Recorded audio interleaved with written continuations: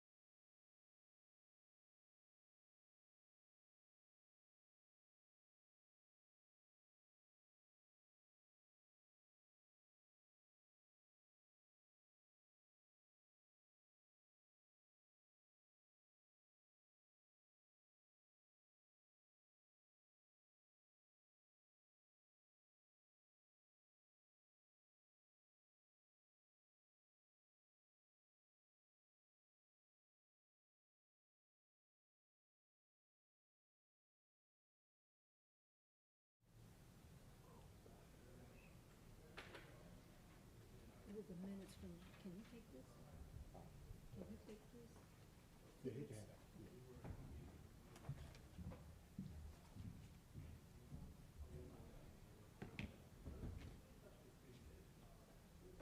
No barrier tonight? Yeah, they'll probably come in after, the, Alonzo's not here, so he didn't get to it yet. No. Since Friday. Okay. He's here. Oh, he's here today? Bob Benson's thing? He was in here earlier.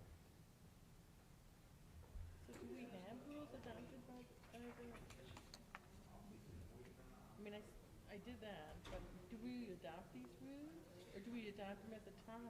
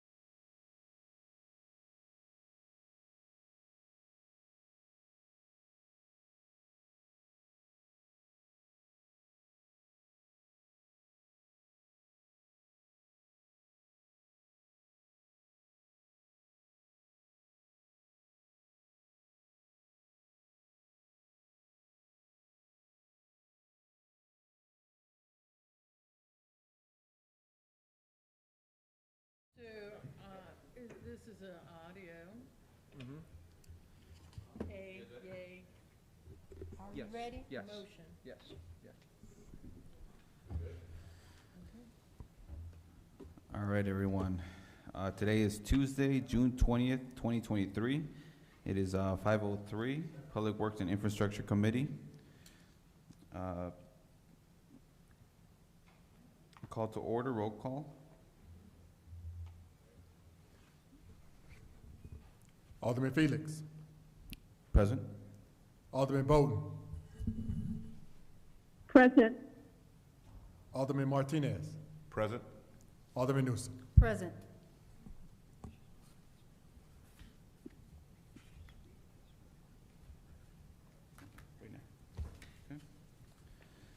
A notice was received from a member in accordance with these rules. The member will be deemed authorized to attend the meeting electronically unless a motion objecting to the member's electronic attendance is made. Second, and approved by 2/3 of the members of the public body physically present at the meeting. So I make a motion? I second. I don't need to make a You don't motion. need to make a motion unless you're objecting to her. Oh, okay. So the way the rules are written is that her attendance is presumed to be valid unless someone objects. So Okay. if there's no objection, you can proceed, and Alderman Bolton will be deemed to be present. She is on the phone. In accordance with the rules that are in section 241 and 242 of the municipal code, she is allowed to participate due to a personal illness remotely. So long as she can hear and she can be heard, all votes during this committee meeting will need to be taken by roll call, but otherwise you can proceed as normal. Thank you.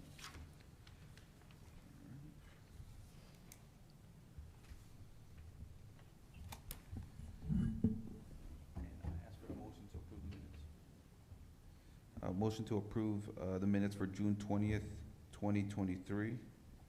I'll go ahead and motion that. Second.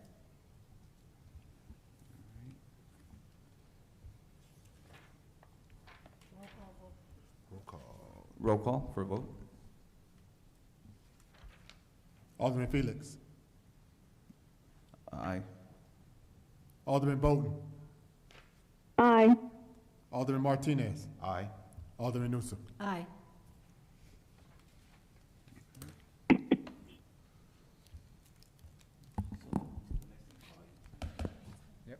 All right, so we're gonna have some audience time.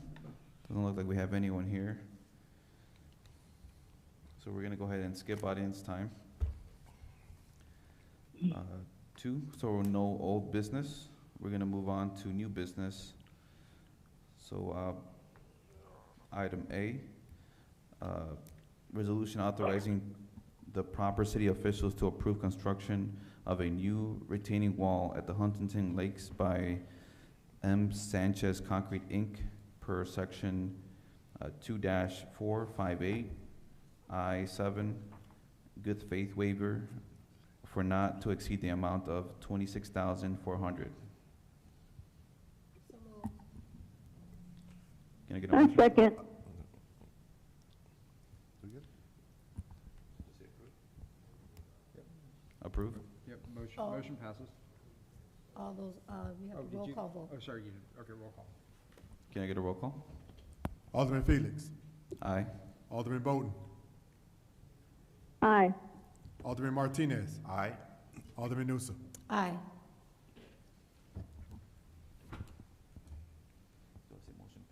This is Alderman Bolton. I have a question. Yes, Alderman Bolton? I'm looking at the photos. When was this project initially started? When the project start? It was started back in early part of May, where we put out locates for the project. But the contractor was not present to continue to work or receive, or answer our phone calls in regards to the project. So Yeah, we I had see to- it here. It says retaining wall failed Yes, and repairs became an emergency. correct. Thank you. Just wondering. All right. Thank you. All right, motion was, brought by who? Motion carried. Motion carried. All right. Item C, resolution approving and authorizing the proper city officials to execute an agreement with Kiobra per section 2-458 I-4, professional services for the biannual and special feature bridge inspections as is required by IDOT for not to exceed the amount of $14,000. We gotta go back to item B. We Item B. skipped B.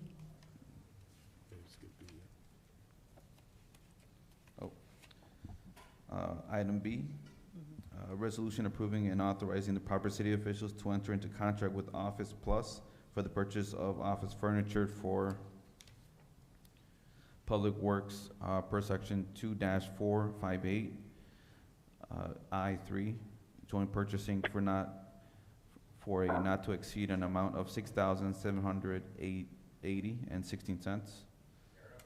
So moved. Can I get a, motion? I'll go ahead and motion that. Motion. So moved. Your motion and second? I second. Roll call? Alderman Felix, Aye. Alderman Bolton, Aye. Alderman Martinez, Aye. Alderman Newsom. Aye.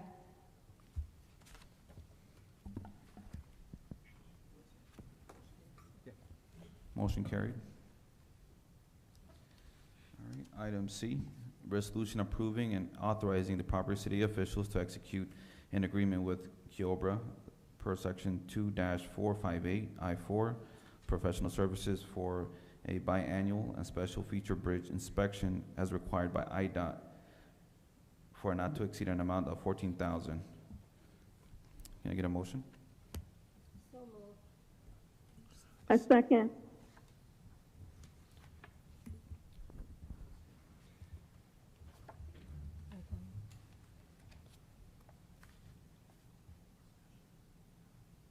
Roll call.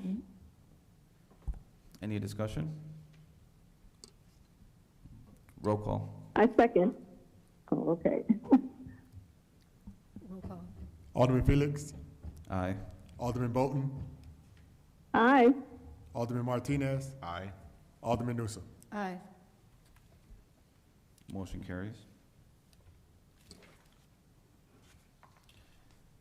Item D, resolution authorizing the proper city officials to approve Kiobra per section 2-458I4 professional services to prepare the funding application for the rehabilitation of the Market Street over unused land bridge, SN 049-0151, for the amount not to exceed of $4,577.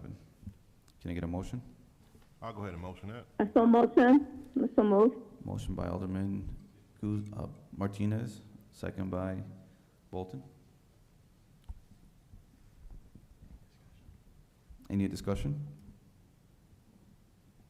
Motion carries. Or roll call, roll call. Alderman Felix, Aye. Alderman Bolton, Aye. Alderman Martinez, Aye. Alderman Newsom. Aye. Motion carries. Item E, resolution authorizing the proper city officials to execute an agreement with Kiobra per section 2-458I4 professional services for the fiscal year of '23 culvert repair supplement proposal for not to exceed an amount of $339,233.50. Can I get a motion? I so move. Second. Motion by Bolton, or Newsom, Alderman Newsom, second by Alderman Martinez. Any discussion? Motion carries. Oh, roll call, roll call. Alderman Felix, Aye. Alderman Bolton, Aye. Alderman Martinez, Aye. Alderman Newsom. Aye. Motion carries. Item F, resolution authorizing the proper city officials to execute an agreement with Crawford, Murphy, and Tilly per section 2-458I4 professional services for the proposal of Lewis Avenue pressure reducing valve PRV vault for not to exceed an amount of $83,900. Can I get a motion? I'll go ahead and I motion so that. move. Motion by Alderman Martinez. Oh, you guys can't hear me. Okay. Second by Alderman Bolton. Sure, I'll second. Any discussion? Roll call. Alderman Felix, Aye. Alderman Bolton, Aye. Alderman Martinez, Aye. Alderman Newsom. Aye. Motion carries. Item G, resolution authorizing the property city officials to execute an agreement with Baxter and Woodman per section 2-458I4 professional services for the fiscal year '24 water main design for 5 projects for not to exceed the amount of $485,000. Can I get a motion? I'll go ahead and motion that. I so move. Motion by Alderman Martinez, Again. second by Alderman Bolton. Okay. Any discussion? Can you get a roll call? Alderman Felix, Aye. Alderman Bolton, Aye. Alderman Martinez, Aye. Alderman Newsom. Aye. Motion carries. Item H, resolution authorizing the proper city officials to execute an agreement with Robinson Engineering per section 2-458I4 professional services for the design engineering service for the lead service line replacement for a not to exceed an amount of $35,000. Can I get a motion? So move. Second. Motion by Alderman Bolton. Oh, Alderman Newsom, second by Alderman Martinez. Any discussion? It would be appropriate to have a motion to seat Alderman Turner at this point. So move. Can I get a motion? I second. Second by Alderman Bolton. Because we have a member attending electronically, normally that would be a voice vote, but we need a roll call vote for that. Can I get a roll call? Alderman Turner. Aye. Alderman Felix. Aye. Alderman Bolton. Aye. Alderman Martinez. Aye. Alderman Newsom. Aye. Motion passes. So back to the regular order, you had a motion and a second on item H, I believe. Any discussion? Okay. You want me to go over it again, Alderman Turner? No. No. Go, continue. Motion passes. No, we need a roll call. Roll call, roll call. Alderman Turner. Aye. Alderman Felix. Aye. Alderman Bolton. Aye. Alderman Martinez. Aye. Alderman Newsom. Aye. Motion passes. And I have a question up in regards to this. Was bids put out for this?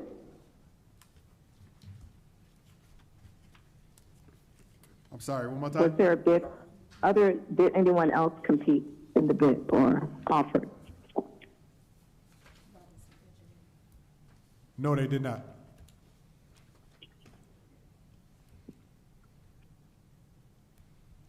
Is there a reason for that, or? We're gonna let the engineer, he's here to speak on it. I'm sorry, say it again? We're gonna let our engineer, Jesus Alacir, speak on it. He's here. Hello, council members. We did not go out for bid. In order to do some of the work, we have to engage a professional services contract. This is not construction.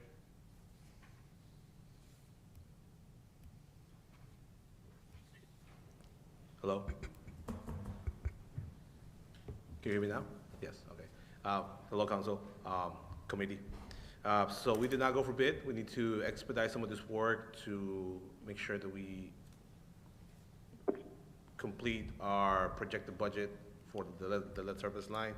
We're using the professional services.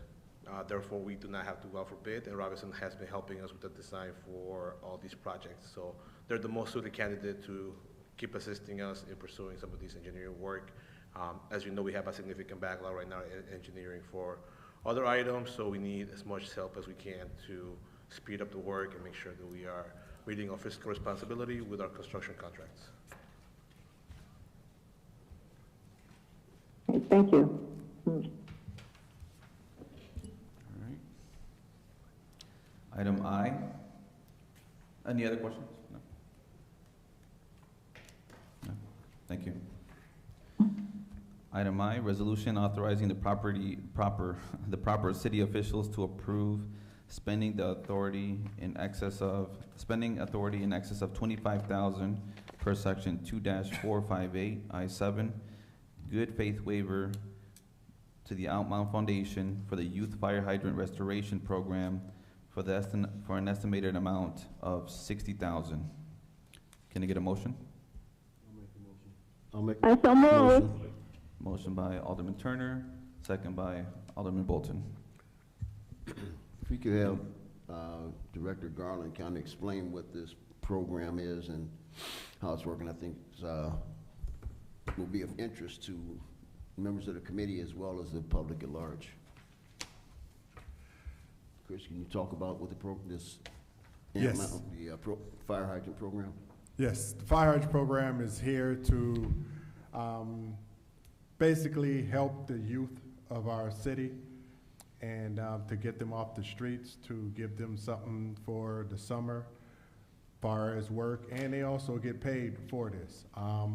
Ant Mound Foundation came forward and he supplied the teenagers and young people and his staff to go out and take on this project Right. to paint the fire hydrants. How many hydrants are we doing this year? Right now, our goal and schedule is to reach 2,000. 2,000. Where he's at now, I can find out for you tomorrow when I Yeah. meet with him. Yeah, but I talked to Ant Mound, excuse me, to Ant Mound, and I think they already did like 500 or 600, right? Something is. they've done He's close several- to it, yes, he's Yeah, close they've done to it. several hundred. Yes. And this is actually the second iteration of the program, right? So they did some, and now we're gonna do, this is gonna allow them to complete the 2,000, is that right? Correct. It's gonna allow us to extend it Yeah. till they go August. back to school. Yeah. Also, to bring on more. Outstanding. Okay, that's what I want to, make sure that we have awareness for the public, so thank you very Correct. much. I have a question here.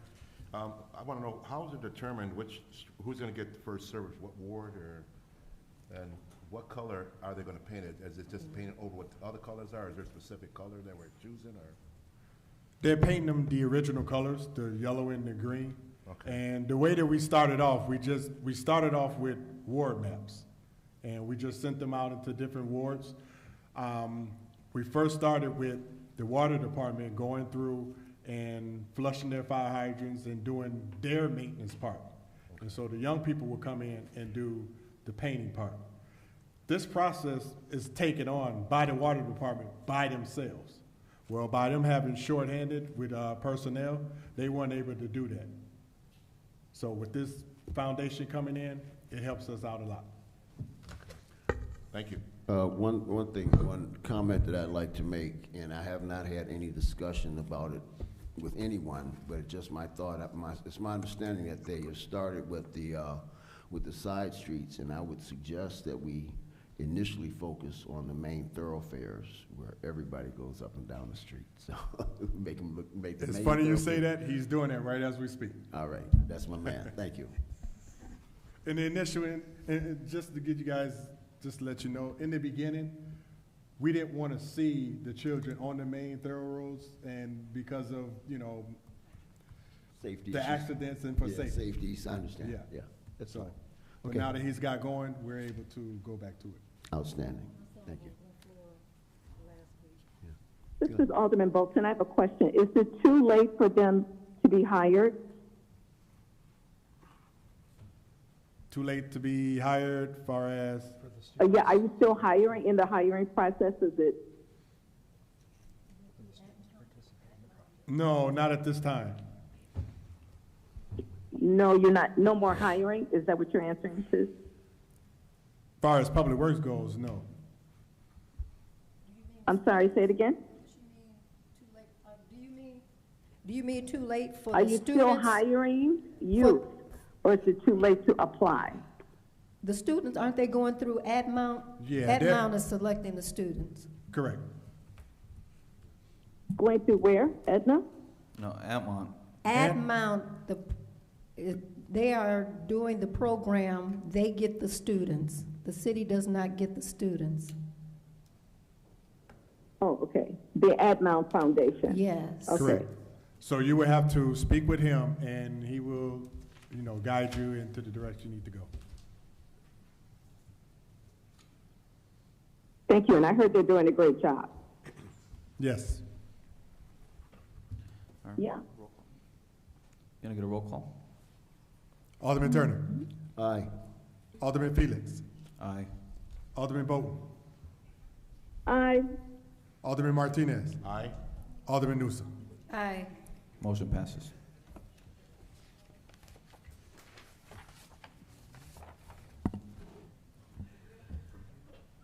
Reports and communications.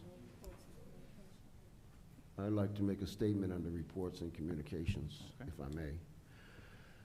Ladies and gentlemen, I find myself in extremely rare circumstances, and that is that I must apologize for my tardiness. As you all know, timeliness is one of my pet peeves, and I do apologize to everyone that I was not here on time. It was a very personal matter I had to deal with. Didn't have an opportunity to communicate that to you, Chief of Staff nor Director Garland, but my sincerest apologies. Item B. I had the capacity to hire 2, possibly 3 people with $20 an hour. bilingual, English, Spanish preferred, but not necessary. And these folks will hire these people to go out and basically knock on doors in support of additional communications efforts regards to lead pipe replacement project. So if you got some spare time, you can reach me at 847-445-3788. And this is not a city or taxpayer funded initiative. It's my pocket, okay? Thank you. That's it. Motion to adjourn? So moved. Second. Motion by Alderman Newsom, second by Alderman Martinez. Roll call? All in favor? Oh, roll call, okay. All Aye. in favor? Roll call. Alderman Turner, Aye. Alderman Felix, Aye. Alderman Bolton, No, I mean aye, sorry. Alderman Excuse me. Martinez, Alderman Newsom. Aye. Thank you all very much. We are adjourned. 5:26. Uh-huh.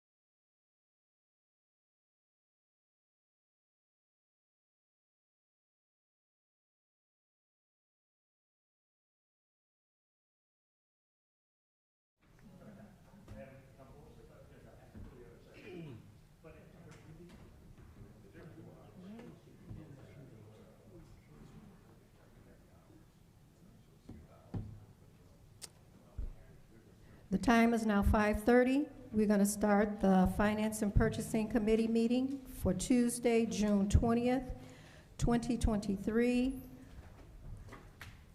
I want to read this first. A notice was received from a member in accordance with these rules for attending electronically. The member will be deemed authorized to attend the meeting electronically unless a motion objection to the member's electronic attendance is made, seconded, and approved by 2/3 of the members of the public body physically present at the meeting. We have Alderman Bolton on electronically. Can I get a roll call, please? Alderman Bolton, Present. Alderman Hayes. Present. Alderman Florian, Present. Alderman Guzman, Alderman Newsom. Present. We have a quorum.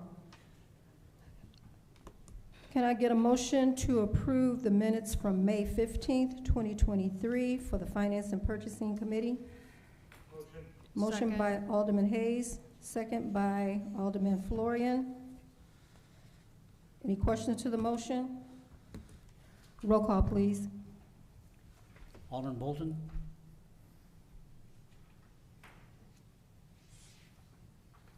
Alderman Bolton. Aye. Alderman Hayes. Aye.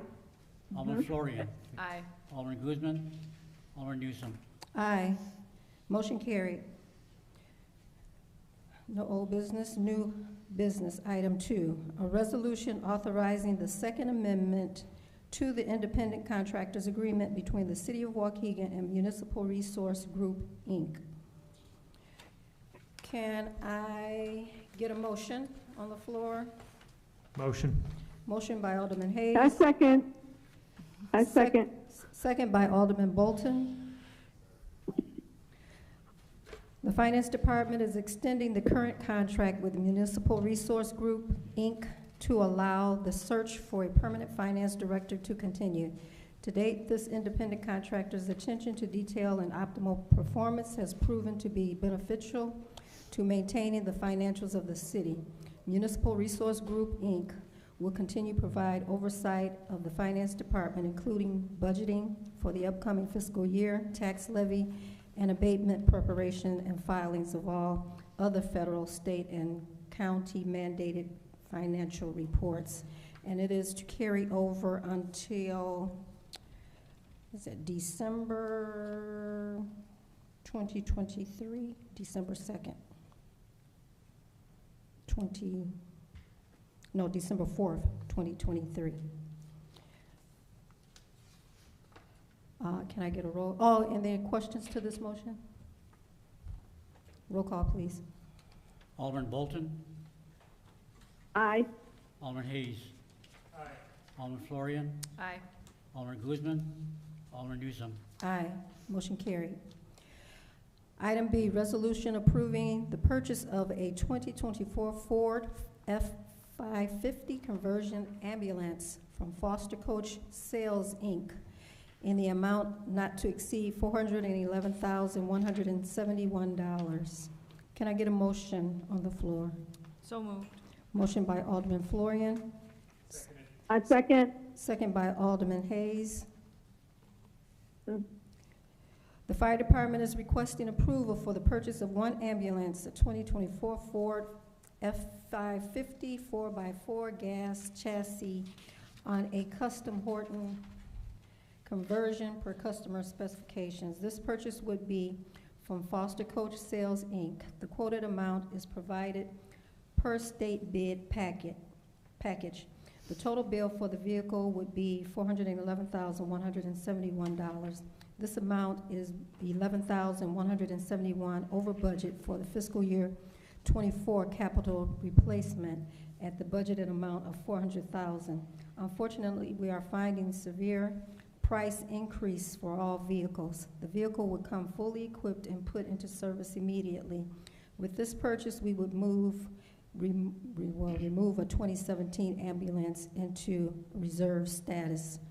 The remaining amount of $11,171 will come out of the fixed asset fund. Are there any questions to this motion? Roll call, please. Alderman Bolton, Aye. Alderman Hayes. Aye. Alderman Florian, Aye.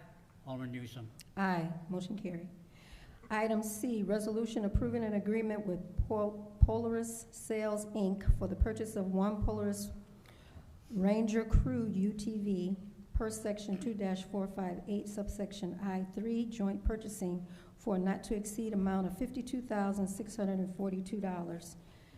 Can I get a motion on the floor? So moved. Second. Motion by Alderman Hayes, second by Alderman I Florian. second. We have a second by Alderman Florian.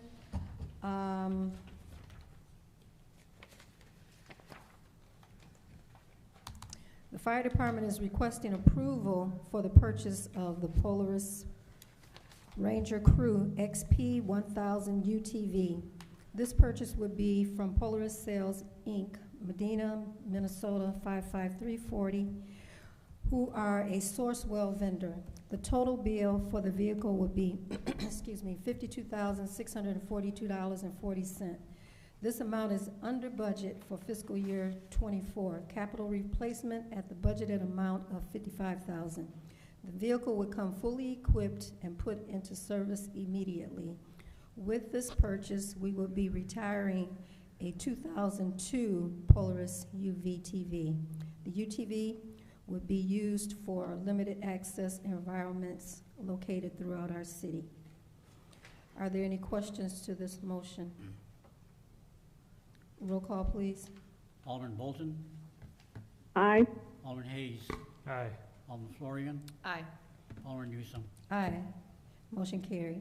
Item D, resolution approving the advanced payment for the distribution of rescue equipment amongst Illinois lakefront communities pursuant to a grant from the Illinois Department of Natural Resources in amount not to exceed $27,627.60. Can I get a motion on the floor? So moved. Motion by Alderman Florian, Seconded. second by Alderman Hayes.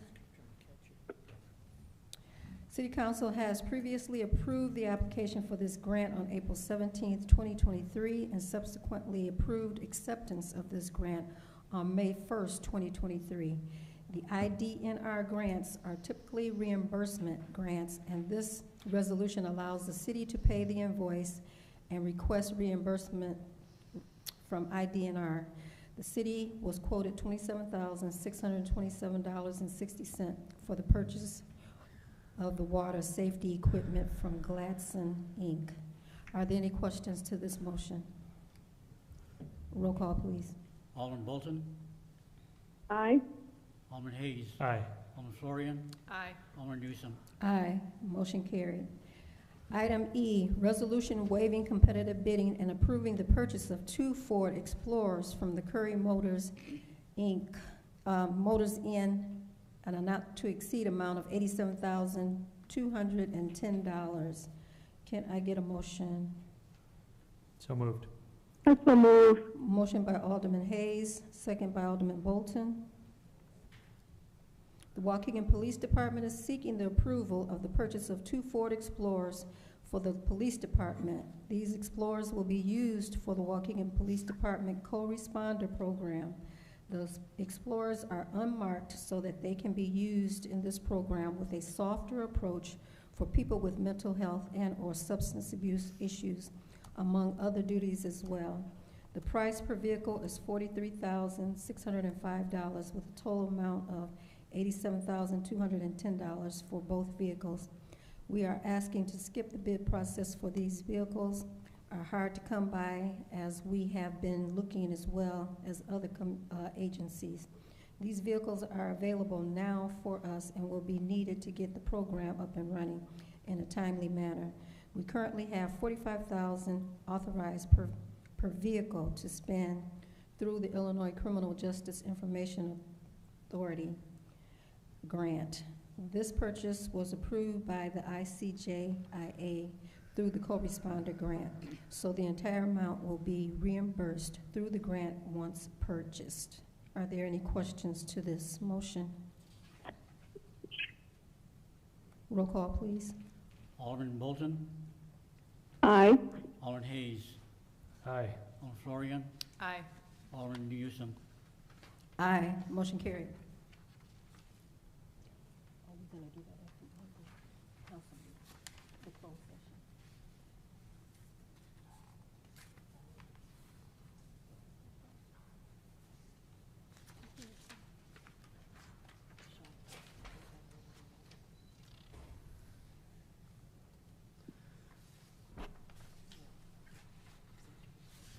Okay. Got to go back up to item 2. There was a closed session, executive session minutes we need to approve. So can I get a motion to approve the minutes of the closed executive session of the Finance and Purchasing Committee meeting held on May 15th, 2023? So moved. Motion by Seconded. Alderman Florian, Seconded. second by Alderman Hayes. Are there any questions to this motion? Roll call, please. Alderman Bolton, Aye. Alderman Hayes, Aye. Alderman Florian, Aye. Alderman Newsome. Aye, motion carried. And next is reports. Item 3, reports and communication. Do you want to go over them? We have time. Whatever you wish. We have Mr. Schultz go over our different reports, and if anyone has any questions, you can ask them at that time. The floor is yours. There are a number of reports in your packet. One, every month you receive a water consumption report. For the month of May, 201,771 gallons were billed for $1.2 million. Second report, stabilization fund were required to maintain 8% as an unassigned balance in the stabilization fund. As of this date, that fund has $8.6 million in it, almost $1 million of an unrestricted balance. Special events applications in the month of May, we received 3. One for a festival for August 20th, submitted by Lake County and the Chrome Entertainment Group. For July 23rd, a car show, the first annual car and bike show by Cherylis Stinnett. And the third application we received is for a summer camp block party, Jesus Name Apostolic Church, for July 30th. Those 3 were submitted, not yet acted upon. Video gaming report. I don't think you received a report last month. We hadn't had all the numbers in yet, but for April, we received 127,000. May, 123,000. Both those months are right on target. We had budgeted 1.5 million for the year. We're right on target at that amount. Can I ask a question, or do you want to wait till the end? Alderman Florian. So with the video gaming, with the casino opening in February, are we seeing, I don't have it here in front of me, are we seeing a trend downward from the local gaming machines at all because of the casino? If there's a downward trend, it's very slight. Okay. It's a slight decrease, but And did you negligible. budget the same amount this year that you did the previous year? We're budgeting the same amount. Last year, we received 1.6 million, actually 1,666,000. We budgeted 1.5 this year, expecting it to go down a little bit at least. Thank you. But it's holding its own. Food and beverage tax in the month of May, 220,000. Hotel motel tax, we have 11 establishments, 74,000. Push tax, it's always one we keep reporting, but not really collecting anything. Collected $70 last month. In dispute is 262,000. Monthly report of the casino. For the month of May, they had 56,933 patrons. Our share of the gaming and admissions tax was 280,000, 280,603. From February 14th when it opened to May 30th, they've had a total of 221,732 patrons. We've collected on our share 1,044,000. Does that include, sorry, I have a question ahead. about that. Does that include the dollar per admission, the total number? It does. Yes, it does. So that's the amount of the city share plus the dollar Yes. per person? But not the food and beverage, that's No, not being kept separate? Not food and beverage, no. Okay. And your last report was the budget to actual report. And it's pretty much for the, except for some year-end adjustments and some accruals we need to make. You have the budget tax report for the full fiscal year. Citywide revenues total $212 million, 95% of budget. Citywide expenditures, $174.8 million, only 74% of budget. The general fund had a healthy year, $107.3 million in revenue, 15% greater than we budgeted. Expenditures were 6% under budget at $86.7 million. We were able to transfer, due to the strength of the revenue collections and the fact that every department came in under budget, we transferred $10 million into the fixed asset replacement fund for the year. And we hope to do something similar in fiscal year '24. So what's the exact amount we were under budget then? Exact amount under budget, what was it, 5.7 million. Okay. Revenues exceeded expenditures by almost 20 million. And of that, we took 10 million into the fixed asset replacement fund, leaving another $10 million in the fund balance for general fund. So that's just gonna roll over into It's the gonna next roll budget? over. And why are we doing that? Instead of just putting it all in the fixed asset? Where do you want to put it? In the fixed asset, like that was kind of what we did the Oh, we first did, time. we put 10 million in. Right, but why not all? You said you're, All 20 million? yeah. Oh. Well, that's a decision, I guess, the mayor and the council could make. Because we've got some pretty big expenses coming up. All of us have sat in meetings with you guys in the last Yeah. week, and Yeah, we're trying to Huge. maintain a balance between $7 and $10 million in that fund. There again, it's the wishes of the council. okay.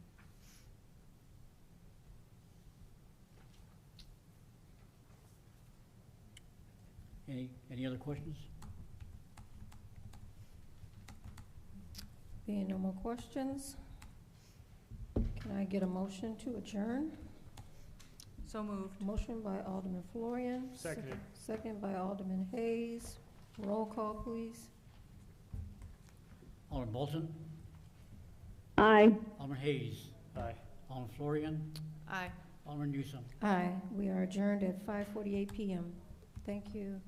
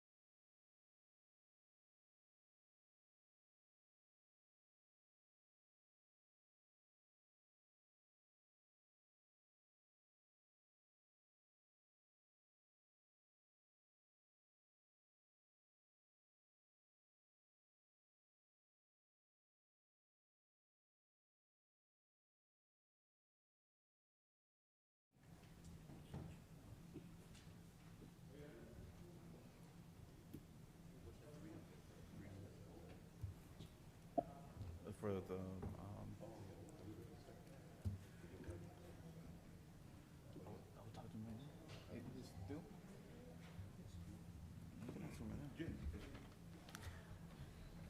Ready, Mr. Hill?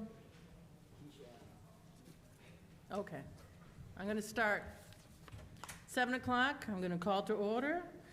Roll call, Alderman Felix. Present. Alderman Newsom. Present. Alderperson Turner. Present. Alderperson Donnerworth. Present.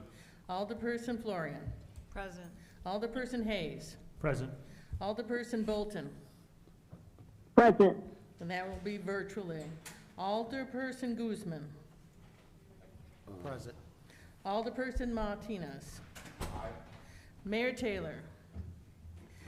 In the absence of the mayor, I would like to have a motion to seat Alderman Newsom as temporary chair. I need a first and a Make second. the motion.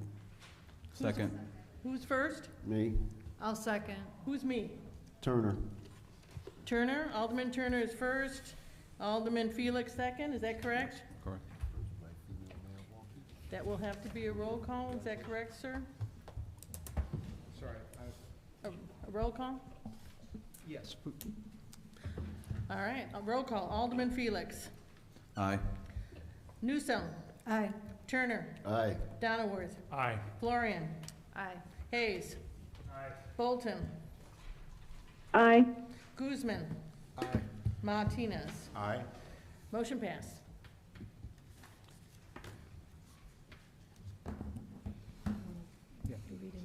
Yeah, I can do that.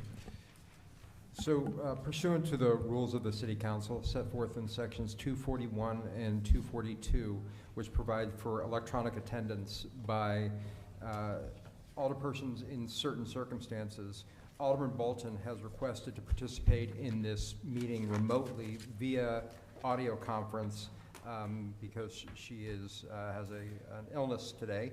That is one of the categories that allows for electronic attendance, and a notice she provided notice in accordance with these rules, and unless anyone objects by a 2/3 vote, her justification for appearing remotely will be deemed accepted. Does anyone object? All right, so Alderman Bolton will be participating via audio conference pursuant to the Open Meetings Act. Because of that, all votes will be by roll call tonight. We've confirmed that Alderman Bolton can hear the proceedings and can be heard. And with that, you may continue with the business. Item B, invocation by Pastor Barbara Brown from Trinity African Methodist Episcopal Church, followed by the pledge. Thank you, Pastor Brown. Good evening. Good evening to the mayor in her absence. Good evening to the city clerk, the treasurer, the attorney, chief of staff, George. Oh, don't move it. It just has something on. Yes, ma'am. You're good. Okay, There you go. testing. That's it. All right. Good evening, and thank you for the opportunity and the honor to pray on tonight. To Mayor Ann Taylor in her absence, to you, Sister Edie Newsom, in her seat. Glad to see you. To the city clerk, to the treasurer, to the attorney, to the chief of staff, George, to the chief of police, Navarro, to everyone that's in the room. Good evening. Let me offer a prayer with all heads bowed. Please go with me to the throne of grace. Heavenly Father, I thank you for this glorious day. Thank you for allowing the SUN and your SON to shine. Thank you, God, for a reasonable portion of health and strength and for the activity of our limbs and for sound minds. Now pray for our leaders on tonight. Precious Lord, take all of us by the hand, guide us and protect us and lead us. You said, if my people, which are called by my name, will humble themselves and pray and seek my face and turn from their wicked ways. Then we will hear from heaven. Oh God, on this glorious night, we need to hear from you because we need your wisdom, your guidance, your love, and we need our leaders to be continuous, shining lights and examples of Jesus. So I pray, oh God, for our police officers, our fire personnel, and our first responders, that you keep a hedge of protection around them as they go out and to and from to protect and serve. And God, I ask that you keep them safe from all hurt, harm, and danger. I pray for parents in the community. I ask God that you bless each household, give them what they need. Continue with your love and support. God, continue to allow the children to enjoy and be with families. And God, I pray for the bereaved families in this community on tonight. Send your comforter, as you said you would. God, I pray for our children, that they continue to learn and play and just enjoy childhood. Let nothing rob them of their joy. Keep guns and gangs and drugs away from them, and let them experience sheer joy and happiness. Let no fear fall before them. Let your rod and your staff comfort them.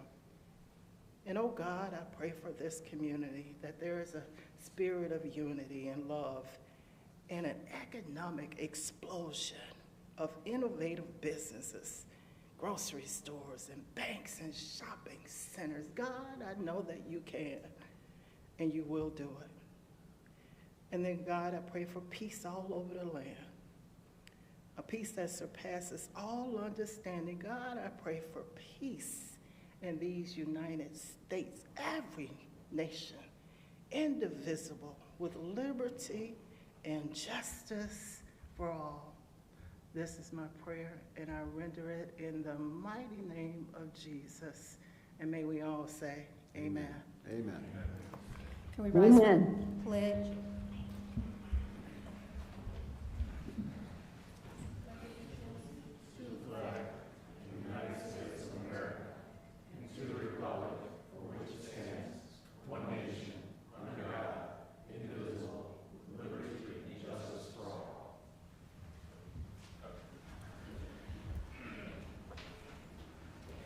Good evening, everyone.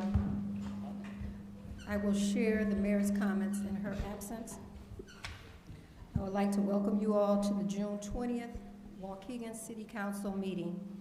To ensure transparency in government here in the city of Waukegan, the agenda for our meetings is posted online on Friday before our city council meetings. In addition, you can go to the city website at waukeganil.gov for meeting agendas and other important information on the city government. Our city was busy celebrating Juneteenth, Pride, and Father's Day this weekend. A very special thank you to those who helped organize events in Waukegan and to all our residents and visitors from surrounding communities that joined us for this special weekend in Waukegan. I was glad we were also returned to some more summer-like weather this weekend. The first Waukegan band concert of their 87th season is tonight at the Steiner Pavilion at our beautiful Waukegan Beach. The free shows are Tuesday evenings at 7:30 p.m. through August the 8th, except for July 4th. All are welcome to bring family and friends, a blanket or chair, and enjoy music through the decades. See their schedule at waukeganband.com. The Friends of the Waukegan Public Library Summer Series concerts take place at noon on Fridays in the library courtyard through the end of August. All are welcome to take a midday break and enjoy live music. The Coles Children's Museum pop-up here in Waukegan continues Thursdays from 5 p.m. to 7 p.m. and Saturdays from 10 a.m. to 4 p.m. at the Belvedere Mall through the end of June. The pop-ups bring interactive exhibits and hands-on fun to youngsters in our community. As a reminder, The American Independence Parade is Sunday, July 2nd, stepping off at 1 p.m. at Franklin and Sheridan Road. Traveling north to Sheridan, on Sheridan to Bowen Park. Our 4th of July fireworks are on Tuesday, July the 4th at 9:30 p.m. at the Waukegan Harbor. Fireworks are otherwise illegal in the state of Illinois and our city. According to the Consumer Product Safety Commission, in 2021, there were over 11,500 injuries from fireworks. Nearly 75% of these injuries occur from the week before until the week after the 4th of July. The most common injury from fireworks involves people's hands, fingers, heads, face, and ears. To be safe, I encourage everyone to attend the city's professional fireworks and not purchase and use the illegal fireworks.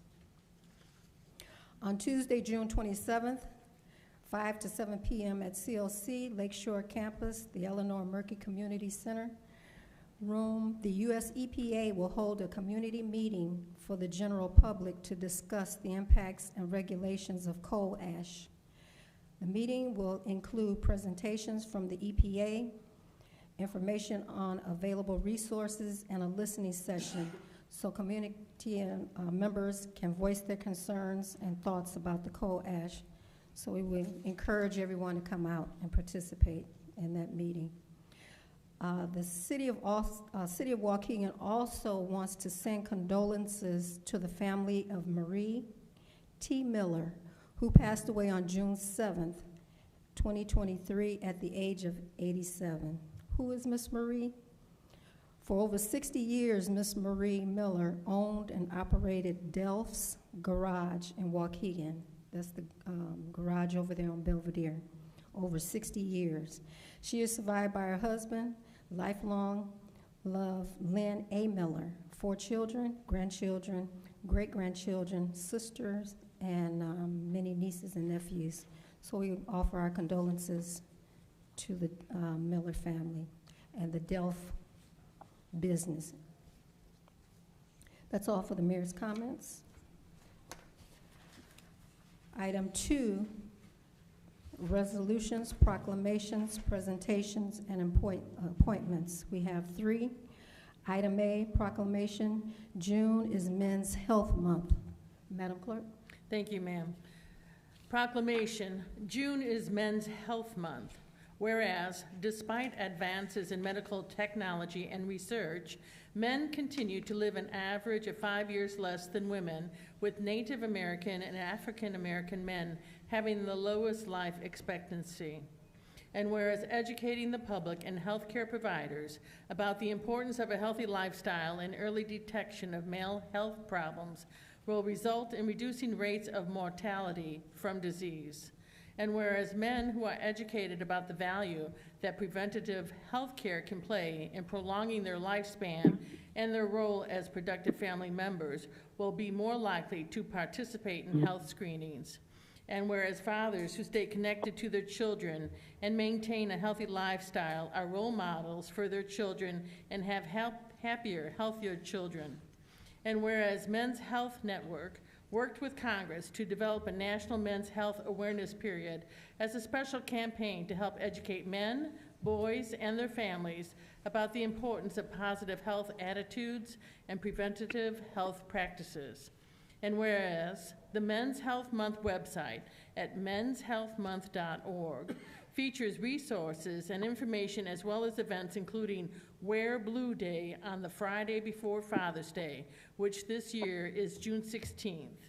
And whereas Waukegan's Men's Health Month will focus on a broad range of men's health issues and topics, including heart disease, mental health, diabetes, stroke, prostate, testicular, and colon cancers. And whereas the citizens of Waukegan are encouraged to increase awareness of the importance of a healthy lifestyle, regular exercise, and consistent medical checkups. And now, therefore, be it resolved that Mayor Ann B. Taylor and members of the City Council of Waukegan, Illinois, do hereby proclaim June as Men's Health Month in Waukegan and encourage all citizens to pursue preventative health practices, a healthy lifestyle, and early detection efforts throughout the year. Adopted this 20th day of June, 2023. Thank you, Madam Clerk. Item B, proclamation. June 2023 is National Immigrant Heritage Month. Madam Clerk. Thank you.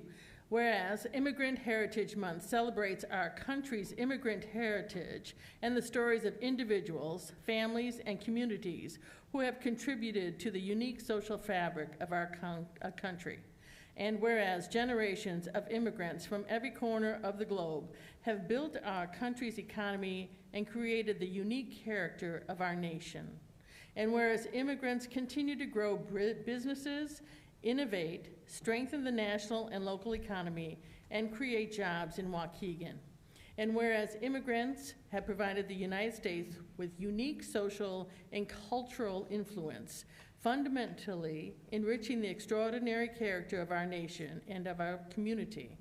And whereas immigrants have not only been tireless leaders in securing their own rights and access to equal opportunity, but have also campaigned to create a fairer and more just society for all Americans. And now, therefore, be it resolved that Mayor Taylor and members of the City Council of Waukegan, Illinois, do hereby proclaim that the month of June 2023 is National Immigrant Heritage Month in order to recognize the countless contributions and the role of immigrants in building and enriching Waukegan and our nation. Adopted this 20th day of June 2023. Thank you, Madam Clerk. Thank you. Item C is a resolution 23-R-172, honoring the life of Harrison Bankhead. Can I get a motion? So moved. Motion by Alderman Florian, Second. second by Alderman Turner. Madam Clerk. Thank you, ma'am. Resolution 23R-172, honoring the life of Harrison Bankhead. Whereas Harrison Bankhead was born on March 1st, 1955, to Irene Mae Bankhead and Harrison Bankhead II in Waukegan, Illinois. And whereas, with the loving influence of his mother, Harrison began his journey into music while in elementary school. And whereas always musically inclined, Harrison gravitated to the guitar and gradually picked up the stand-up bass as a teenager, playing with the Crystal Critiques. And whereas, while attending Sherwood Music School, Harrison studied the classical bass, which he is well renowned and internationally known for.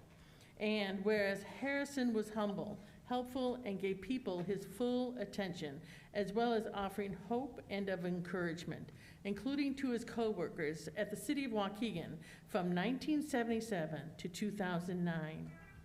And whereas, as an avid traveler, Harrison made a name for himself around the world, collaborated with many artists, and created his own group called the Harrison Bankhead Quartet, and was considered the center of gravity in Chicago's music community.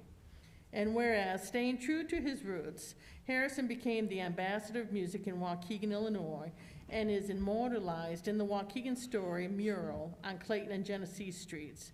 And whereas, before retirement, Harrison continued to play gigs and spread his music and the love and appreciation of music, with his last leading album being Velvet Blue.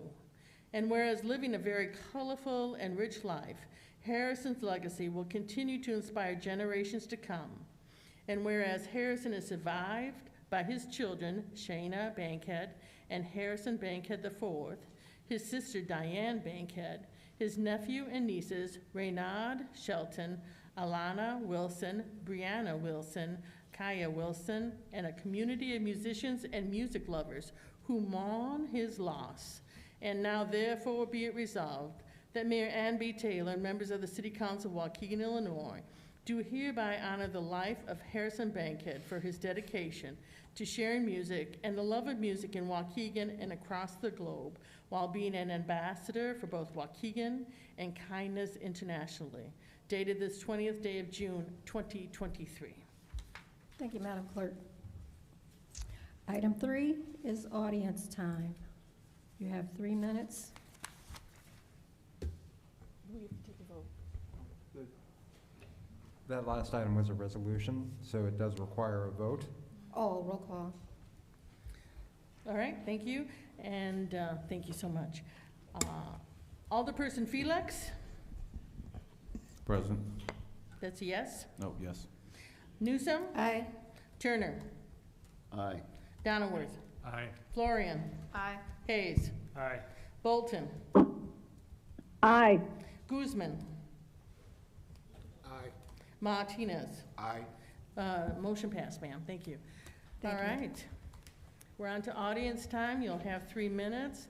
I'm gonna call the first 5. First is me, so it's Janet Kilkelly, Jaslyn Torres, Deborah Jordan, Rayon Edwards, and the Reverend Barbara Brown. Myself, Jacqueline Torres, Deborah Jordan, Rayon Edwards, and the Reverend Barbara Brown. So we'll all go to the left, to the east side of the room, my left, to the east side of the room, line up, and we'll start.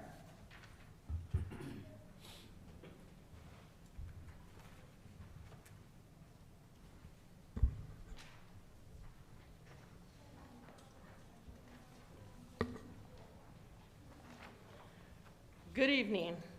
Janet Kilkelly, City Clerk, here to address the item on your agenda regarding amending and restating ordinance number 230125, fixing the salaries to be paid to elected officials of the City of Waukegan, Illinois, holding the offices of Mayor, Clerk, and Treasurer.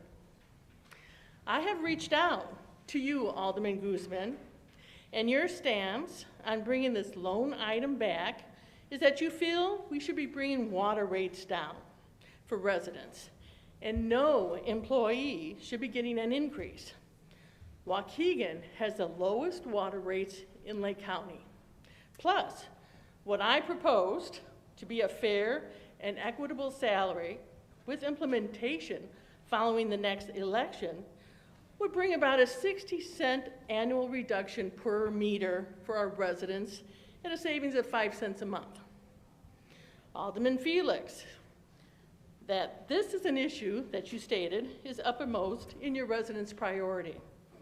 I find that hard to believe with the rampant crime, homicides, and random shootings, in addition to reckless speeding in our community. Alderman Donnerworth, you state that this could be brought back closer to the election. Yes, and then it becomes a political football, which I was trying to avoid, and you, as a retired police officer for the City of Waukegan, know full well how things become political here. Alderman Florian, you have no respect for the educational accreditations or certifications obtained by the staff of the Office of the City Clerk, and have stated you would like this position and the treasurer's position appointed, thus taking away another choice from the voters. Alderman Hayes, you believe this money would better serve the public by fixing the roads. I'm not sure that this amount would even fix the potholes in front of my house. Again, let me reiterate, this salary does not benefit me in any way, and it is for the next term for whoever occupies this office. It is about respect for the office. This clerk position is a full-time administrator and department head for the City of Waukegan and who happens to be elected. The 2022 market value of this full-time position would be $103,000. The current value, with respect to inflation, since it was established in 2012 and not revisited since, is now worth $58,000. Alderman, thank you.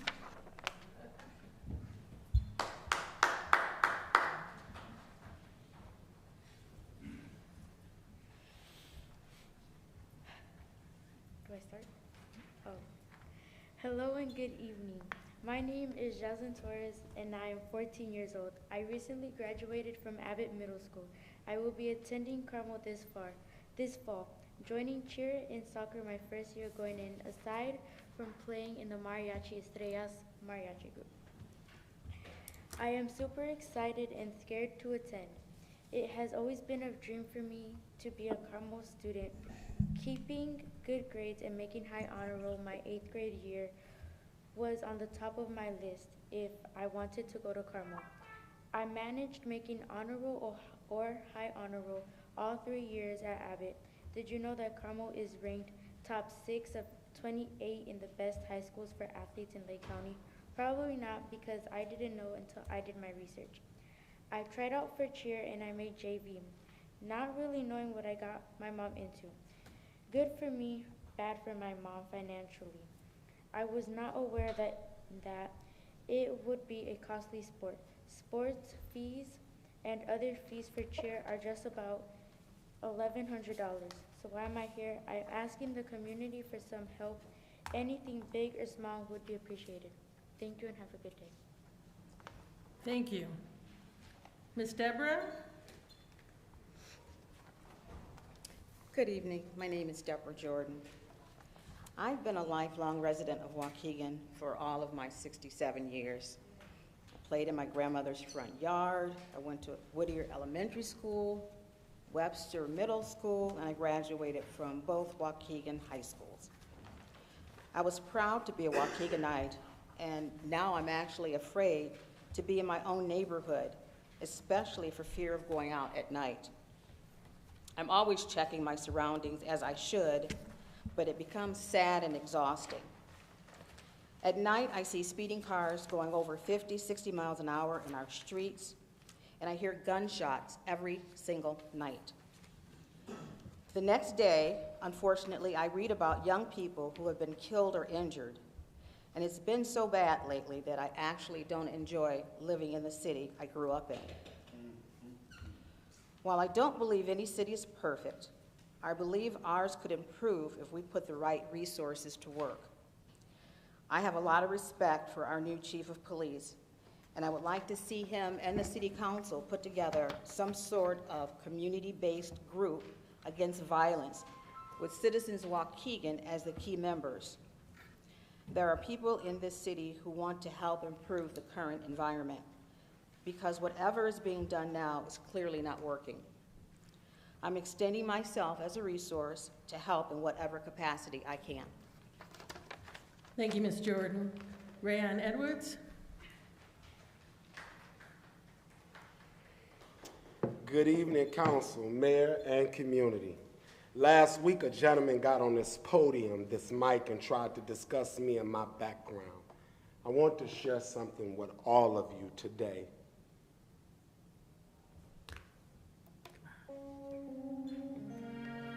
There'll probably be 1,000 things I want to tell the Lord on that day.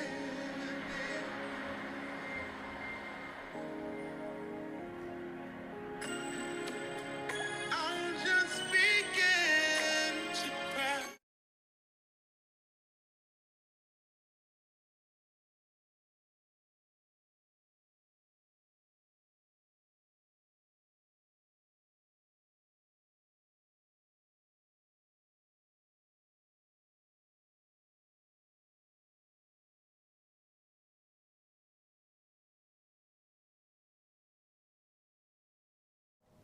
But yesterday, I did a thing in my community. Brought almost 1,000 people out to celebrate Juneteenth. I fed the homeless. I fed the kids. They enjoyed themselves. They was in love. So I want to say to all of y'all today, my community know who I am. They know my background, and they still love me. And they love me because I show up. But I remember when I was a kid on the south side of Waukegan, there wasn't a lot of black men that came there to talk to young boys like me, including that gentleman who got up here and spoke last week. He lived on the south side. But when I would run through his grass, he was so mean and honorary to every kid that was there. Didn't nobody try to talk to me. So I did go to games because I needed a purpose, and they gave me that. And so when we talk about my background and we talk about my past, I hope we don't neglect and fail to mention what I'm doing today and what I've been doing for the last 5 years. Anything that I do in this community, I do it almost by myself with the exception of this event. I had a committee, but I raise the money on my own. I write my own letters. I get my own flyers done. I knock on my own doors, and I communicate with my community. And although a lot of you may not like the way that I communicate with them, but I'm trying to reach them. And they understand the way that I communicate with them. So when we talk about my background and my past, I'm sure everybody sitting up here and everybody out here have one too. For whatever reason, the millions didn't make it. I was one of the ones that did, and I'm grateful. And I hope nobody questioned God or why he chose to save me. Thank you.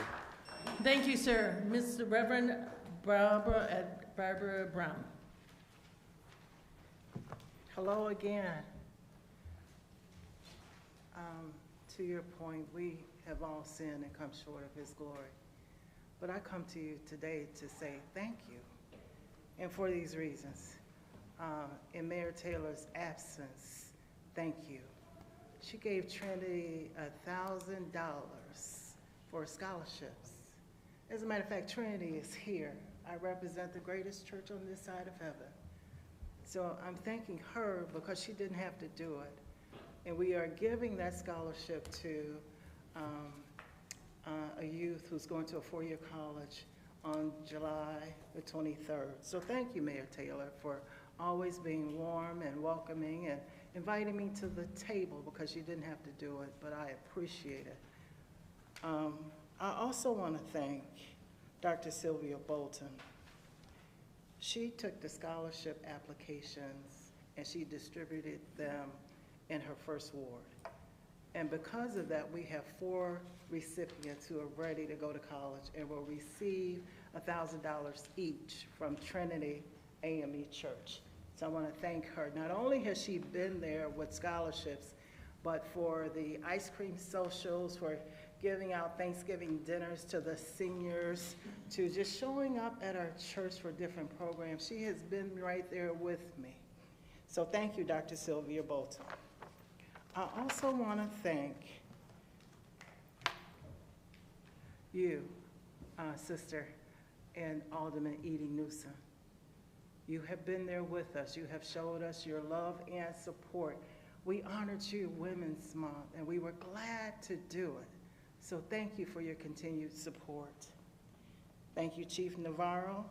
Each time we have called, he has been present.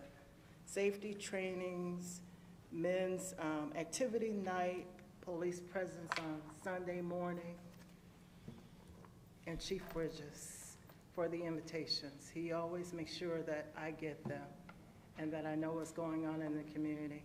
And for each one of you, for your support, for you embracing us. We at Trinity appreciate you.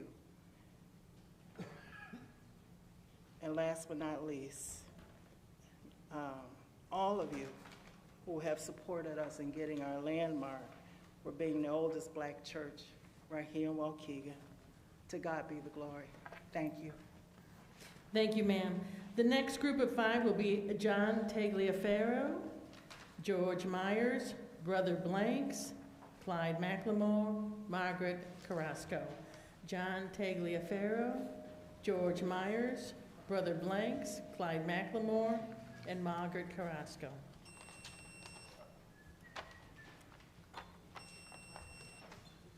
Good evening. I'm John Tagliaferro. I live on River Road in Waukegan. I've come here tonight because I have some questions regarding the road and water project. We got a letter 2 weeks ago, roughly speaking, with some information that it was going to be done, and of course water was going to be part of the project, gas apparently as well. And that the letter was very brief and certainly without any detail whatsoever. So one of the main reason I'm here is and George is my neighbor, so I believe he's here for the same reason, is to get as much information as possible about this project. We have to, according to the letter, cap our well within 1 year of the completion of the project. I've never had to do that before. I have no idea what the expenses are. The River Road area, as you all probably know, is a bit different from, well, the area we're in. Some of the lots are larger, et cetera. Our home is approximately 525 feet from the road. We will have to run the water line from the road to our home. I don't have a bid at this point, but the plumber that my wife uses at her workplace estimated that it would exceed $30,000. That doesn't include the cost of capping the well and, of course, the returning of the property to its original condition. So we're very concerned about the cost of that. I don't believe Waukegan is sharing any of that cost, unless I'm wrong. I'd love to be wrong, but I don't think I am. So that is a question. I would like to know who I should be contacting. I really am somewhat disappointed that the group of people affected haven't been reached out to individually or in a group on the project. We have no schedule, but we are going to be required to run water. It's going to cost many, many, many thousands of dollars. I am going to be responsible for it, my wife and myself. It seems as a common courtesy that would have been done. Something I wouldn't have just gotten a letter and said, oh, good news. Write a check. In any case, so I would like to know who I can speak to directly to get information about the scheduling of this project. Additionally, we have to cap the well. Some of the properties, not our property per se, but other properties have well, horses on the property. It's my understanding that in many municipalities, rural municipalities in particular, where water is brought in, properties with horses, livestock, et cetera, are allowed to maintain their well for the purposes of, watering their animals. And I'm wondering why that wasn't considered. Thank you, sir. Thank you. Mr. George Myers? You can, Sir, you can speak to Chief Bridges right back there. Sorry. The Chief of Staff. Chief of Staff George Bridges will get that information for you. Yeah. Okay. Thank you all. Go ahead, Mr. Myers. Okay, my name is George Myers. I'm also a resident of 9th Ward, River Road, so it's the same point. Now, when you referred my neighbor John to this gentleman, the Chief of Staff, is it for the same topic? Yes, if you're talking about the water. Yes, okay. Yes. Tagliaferro? Okay. Tagliaferro, Tagliaferro. And my name is Myers, George Myers. My wife and I have 4 horses. We live in the property behind John, so we're actually 700 feet back from the road. And I'll talk to the gentleman here, but I think the letter said if your property was within 100 feet, then you were beholden to install a service line from the main to the property. And we have horses, so we'd definitely be interested in keeping our wells functional so that we could water our horses. We are looking at selling, and so is our neighbor. Our neighbor unfortunately had an untimely death, so the son is going to sell, right? We're looking to sell as well because these are unique properties, really for equestrian, for horse people mostly. That River Road area has spectacular access to the Des Plaines River Trail, and that's something we'd like to feature to prospective buyers, and we'd like to have the details so that we could speak clearly about what the cost impact might be to them as we talk about home sales. So I don't know, Alderman Hayes, if there's something you can do to help, us sort of independent property owners on River Road where we're not part of a subdivision that is, typically these things would be funded by a subdivision's development, right? Like River Glen or Nichols and Dimes or Huntington Lakes, something like that. So the gentleman's still Chief there, so Bridges. maybe I'll speak with him. I will Yes. not take any more time, but thank you very much. Appreciate the work you do. Thank you. Yeah. Thank you, sir. Brother Blanks. Yes, Brother Blanks, of Black Abolition Movement for the Mind. Sometime I come before the city council and I say I've been here pretty close to 30 years, but that's how long I've been doing the work, but I actually been here at the city council coming here about 20 years. And once again, over that time, I've realized the need for that civilian office of police accountability. It has to happen. It's time for the city to really come up to date as being the county seat here of law enforcement.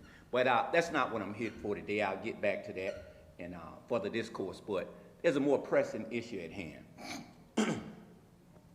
Excuse me. We lost a life on the south side. Young man died the day before Juneteenth on 8th and McAllister Avenue in that block.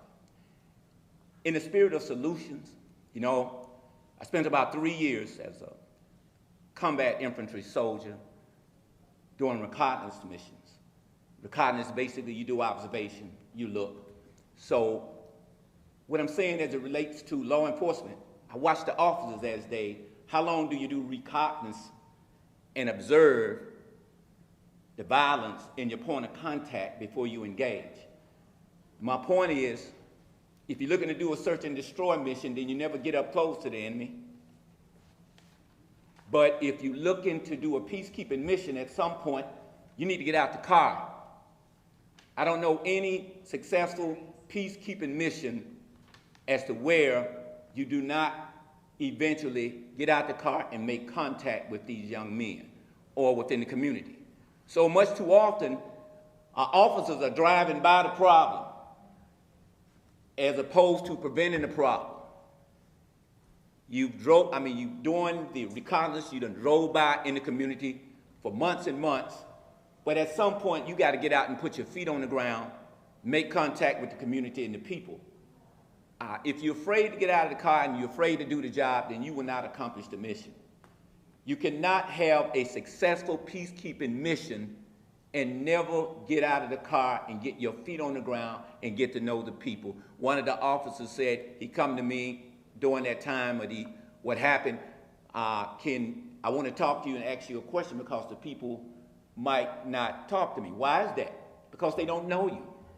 You got to get your officers out of the car, sir. They got to get on the ground. They got to make connection with the people. You got to do that before. I've seen more police with their feet on the ground during this investigation. So don't tell me you can't afford it, because how much money are you spending now to conduct this investigation with the mobile car over there and all these officers? Be preventive. Get your officers out the car and get their feet on the ground and get to know the people in the community before there's a death. Thank you. Mr. Clyde McLemore.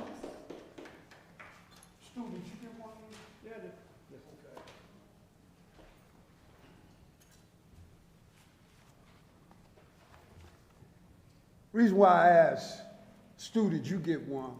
It's because even though I've been coming here to city council meetings, I have never lied. A man's word is his bond. I learned that a long time ago. And when a man mess up that bond, he ain't shit. Stu, last council meeting, I put this out, and we talked about Ivory Hall opening up without a license. And you said, well, they got a ticket, and they paid for it. Well, you know I'm not. You know I'm an investigator, so you know I'm going to go a little further. They never received a ticket. They did get a notice of a hearing. Don't look back there at George, because George keeps saying they did. But they never got a ticket, or your FOIAs did not respond right, because I asked for a copy of the ticket. I didn't never get a copy of the ticket. I got a copy of the hearing. So the hearing was held on April 19th at 1:30. Now, the hearing also was a matter dismissed without prejudice. What that mean? That mean he uncharged. So I go a little further. There's an order that if they pay, upon this hearing, if the fine of $400, we talking about $1 million business, a drug dispensary, pay $400, and if they pay it by May 17th, the case will be dismissed without prejudice. So that means they would never have a ticket. Their business would not. So what you just sold me last week really was a dishonor to me as a man to you. You could have said, man, look, the hearing officer didn't feel that they should have been paid. Don't snowball me, because I'm going to find out. I might look like this here, but I got a background too. I spent 9 years in the penitentiary, and all I did while I was in the penitentiary is study law. That I had to get myself out of prison. So I had studied law, and I know how to investigate things, and I can read. Thank y'all for letting me speak. Thank you, sir. Ms. Mogg or Carrasco?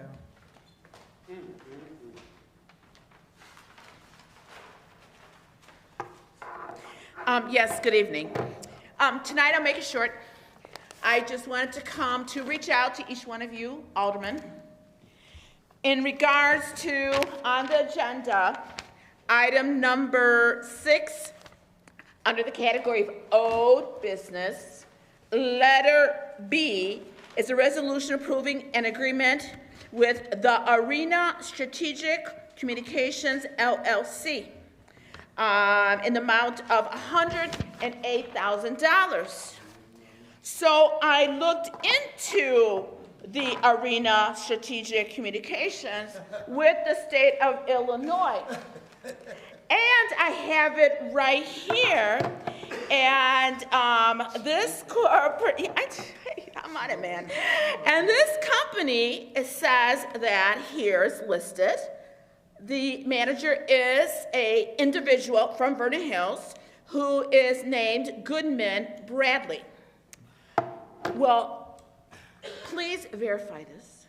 But on 2 occasions, I was personally introduced by the Taylors to a Brad Goodman as their campaign manager for mayor of Waukegan, of the candidate at that time, Ann Taylor. So with that being said, obviously this individual, this business is not vetted.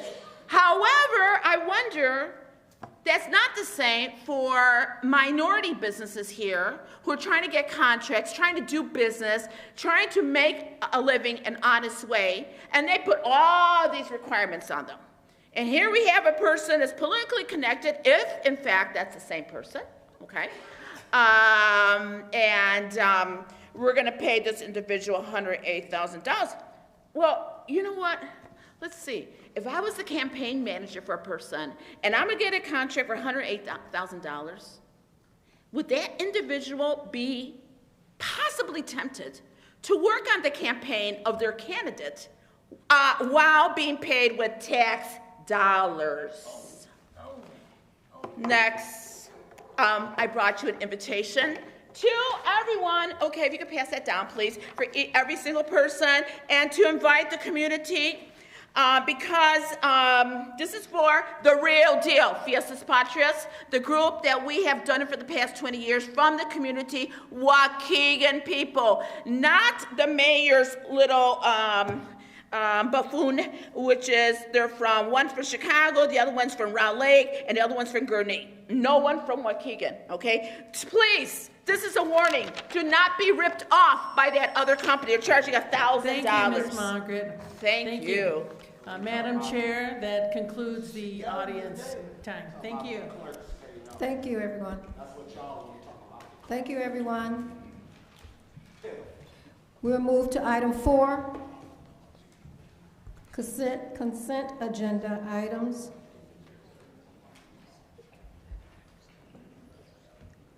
Can I get a motion to approve the consent agenda items A, B, and C? So moved. Motion by Alderman Florian, second by Alderman Hayes. Item A, motion to approve vendor payments dated June 19th, 2023 in the amount of $2,410,264.45. Item B, motion to approve regular payment dated June 16, 2023, in the total amount of $1,855,528.52. Item C, motion to approve miscellaneous payroll, PD, HBB, and CT cash out final payouts retro uniform allowance dated June 16, 2023, in the total amount of $154,482.64. Are there any questions to this motion? Roll call, please. Alderperson Felix. Aye. Newsome. Aye. Turner. Aye. Cronenworth. Aye. Florian. Aye. Hayes. Aye. Bolton. Aye. Guzman. Aye. Martinez. Aye. Motion passed, ma'am. Thank you. Item 5A, letter of credit. Our treasurer has asked that we remove this item until the next council meeting where he can speak on it. So we'll move to old business. Item A, a motion to approve honorary street signs in honor of Alderman Larry Tempest at various locations in the 6th Ward. This matter was presented to the Code Revisions, Appeals, and Negotiations Committee on May 15, 2023. Can I get a motion? I'll make the motion. Motion by Alderman Turner, second by Donworth. Alderman Donworth. Yep. Are there any questions to this motion? This is, the honorary street will be Hickory. Yes, ma'am. The signs will be placed at the intersections of, along Hickory Street at Glenflora, Grove, Pacific, Atlantic, Keith, Johns, Mansville, and Greenwood. From Glenflora all the way to Greenwood. Yes, ma'am. And there are already 2 signs, one at Grove and the other at Pacific, so we'll put the 5 others as I described. Okay. Any questions? Roll call, please. Alderperson Felix. Aye. Newsome. Aye. Turner. Aye. Donnerworth. Aye. Florian. No. Hayes. No. Bolton. Aye. Guzman. Aye. Martinez. Aye. Motion passed, ma'am. Thank you. Thank you, all Madam very Clerk. much. Item B, a resolution approving agreement with the Arena Strategic Communications LLC for professional communications consulting services in the amount of $108,000.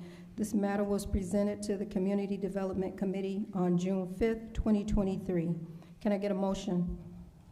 So moved. Seconded. Motion by Alderman Florian, Seconded. second by Alderman Hayes. Are there any questions to this motion? If I could speak. Alderman Hayes. Thank you. I want to just say a few words in favor of approving this, the contract for the Arena Strategic Communications LLC. And I think there's a couple important things to understand, but I think we'll start at a high level. For many, many years, people in Waukegan and the surrounding community saw Waukegan as a hotbed for crime, pollution, failing schools, and not the city of progress that we advertise. There was not a lot of positivity that you saw in the news. Some stories here or there. There wasn't a lot of positive media coverage. It was very easy to latch on to the crime statistics or other negative media attention, I guess is how I'll say it. What I've noticed is that in the past 2 years, in my short 2+ years on the city council, the messaging has started to shift. Our nonprofit leaders, our department heads, our aldermen, our mayor, everybody is working for positive change. Everybody is striving for that progress. That progress is not, people don't know that from watching city council on YouTube or from the few people, the few interested community members that come here at night. It is put strategically into and carefully and thoughtfully into the media outlets so that everybody can learn about it and benefit from it, and hopefully momentum can start and traction can gain on, making improvements across the city. So I think at a high level, the most important thing is recognizing that, there's bad things happen. Inevitably, that we have to deal with that. But there's so much positivity in the community that I really want to push for giving us the opportunity to get that messaging out there and to do it in a careful way. If you guys don't mind just waiting, you had your 3 minutes? Thank you. So it's something that we have to do proactively. We had a pretty divided city council the last time around, and it was unfortunate. And even the divided city council rallied and understood and approved a contract for a public relations and media strategist and expert to assist the city with the messaging. This isn't for the mayor. It's not about campaigning. It's for every single one of us. Every single one of us. And it's for people in the community that get the benefit of having their events, their messaging targeted and put back out into the community. So there's also been discussions about the city having media relations people on staff. Those two same terrific individuals were on staff beforehand, and they continued to operate and to coexist and to work with Brad Goodman, who is the expert behind the Arena Strategic Communications. So it's not a function of whether it's absolutely needed. And I think that, one way to maybe equate that is we have terrific corporation counsel. And a good lawyer is somebody who identifies issues before they get out into the public, or doesn't allow us as aldermen to step on it. It's a minefield. Sitting up here is a minefield. Public relations is a minefield. And a good media strategist, just like a good lawyer, helps you avoid those problems before you even know that there is a problem.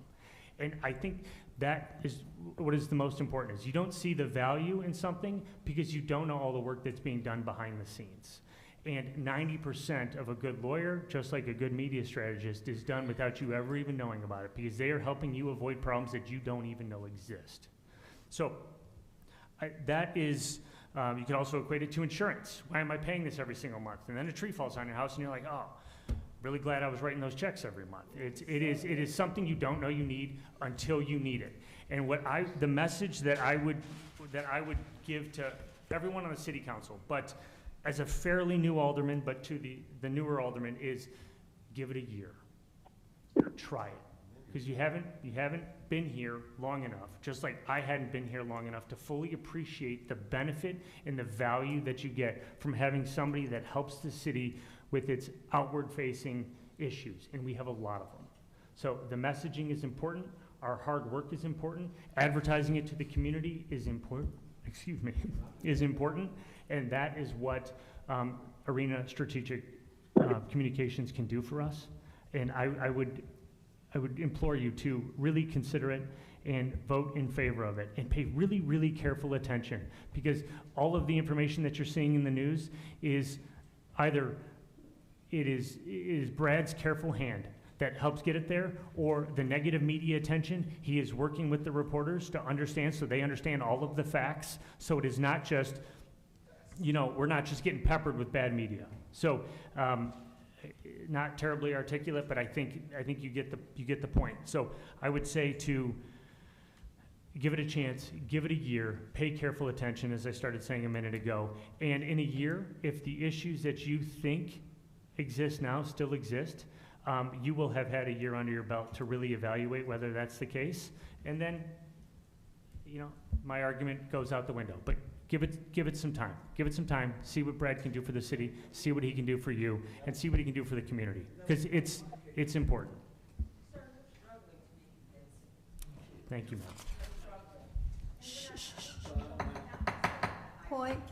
Point of order. Thank you.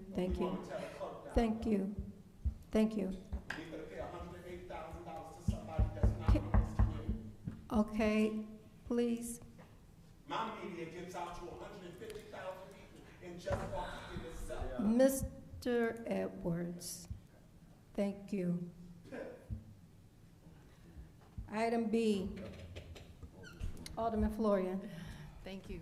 I don't know if this is appropriate, Stu, but I'd like to hear your opinion, since you represent us as our legal counsel, about whether we need this type of person in our fold, in our team, so to speak, helping to navigate what goes on in the city of Waukegan. I know you represent other communities. I know you've worked closely with Brad in many cases on different things that have happened, so I'd like to, if you would like to please also join and give your opinion about We told Sam this. up for hiring people though. So we told him up. And then you voted against it every time.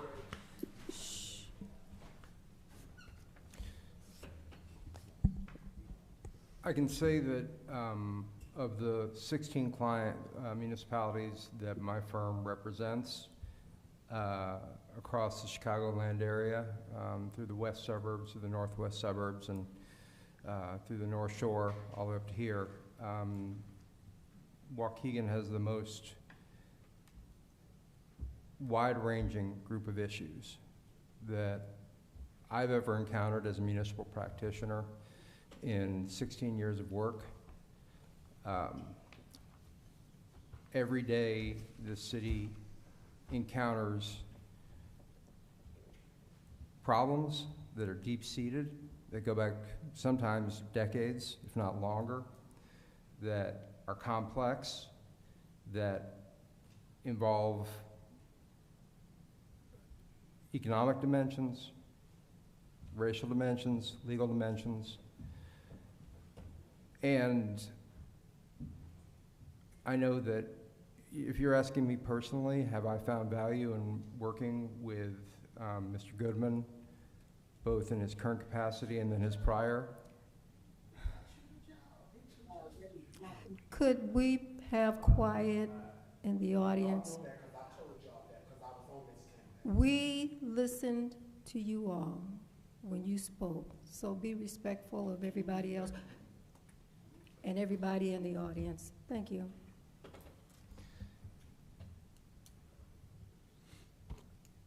I trust working with Brad. I trust his understanding of communications. I trust his strategic vision when he looks at a situation, when he looks at press inquiries coming through. I know that the police department works with him on a daily basis to ensure that communications that are going out to the community are to the point, are factual. I consider him someone that a partner that I find invaluable. But once again, I'm not a city employee. I don't vote. So you asked me for my contributions. I wouldn't have volunteered it otherwise. Out of respect, when do city attorneys speak on the open motion? When the alderman asks them to. Okay. Oh, no response, please. Item B, we're ready to vote on this resolution. One thing before we vote.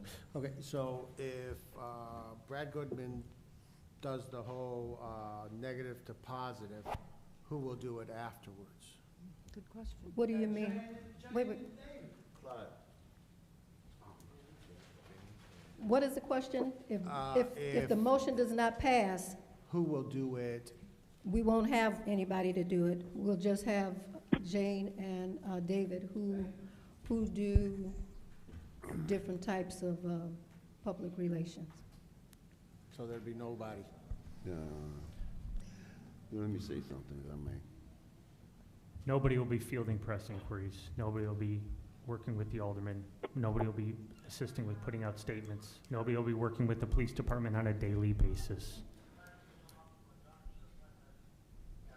It's an incredibly important role, and the importance It's what you don't see. It's behind the scenes. It's not the emails that you get. It's what's going on behind the scenes. Yeah, that's the problem, a lack of transparency, Tom. Everybody talks about managing the narrative, managing the message, and managing the alderman. That's ultimately what you get. For me, and I think most of you know it, if you don't, I'm gonna tell you, the absolute pinnacle of my priorities is public safety, and yet we never hear any mention of it. Managing the narrative, no negativity. But every one of my constituents talks to me about public safety. Alderman, what can we do? Alderman, how come this? Why are there so many shootings? What happened over here? I'm getting, my freaking phone is buzzing in my pocket now, and they're asking me, what happened last night? Why were the police there? What's going on? What's going on? But we don't even talk about it. And I've asked the mayor 4 times to establish a public safety committee amongst the aldermen, just like we have all these other committees. Refuses to do it. Mr. Blanks has asked the mayor several times to establish a citizens' offices of police accountability, which on the surface, I'm not in favor. I could maybe be swayed, but that's not the point. My point here is, when you talk about managing the narrative, what you're also talking about is a lack of transparency. And our citizens and the public deserve transparency. And when we use that word, we can't, see, words have meanings. You can't be just using empty words and phrases. Transparency means sharing information, providing awareness. And the people want to know they want to be aware of what is going on in our community, in our town. And what you're saying, and I'm not faulting Brad, I'm faulting the concept of managing the narrative. And I don't think that's what we need. What I think we need is more transparency and more awareness for our citizens and our constituents. I think everybody understands that the police, above all else, require discretion to carry on investigations, and you cannot compromise by just opening every single police briefing to the public at large. Certainly the police chief can speak to this better than I can, but it doesn't take much to understand that discretion is paramount when it comes to the police. And understanding the information that's put out there and making sure that the stories are true, factually accurate. We're not trying to hide anything here. They need to be true. They need to be accurate.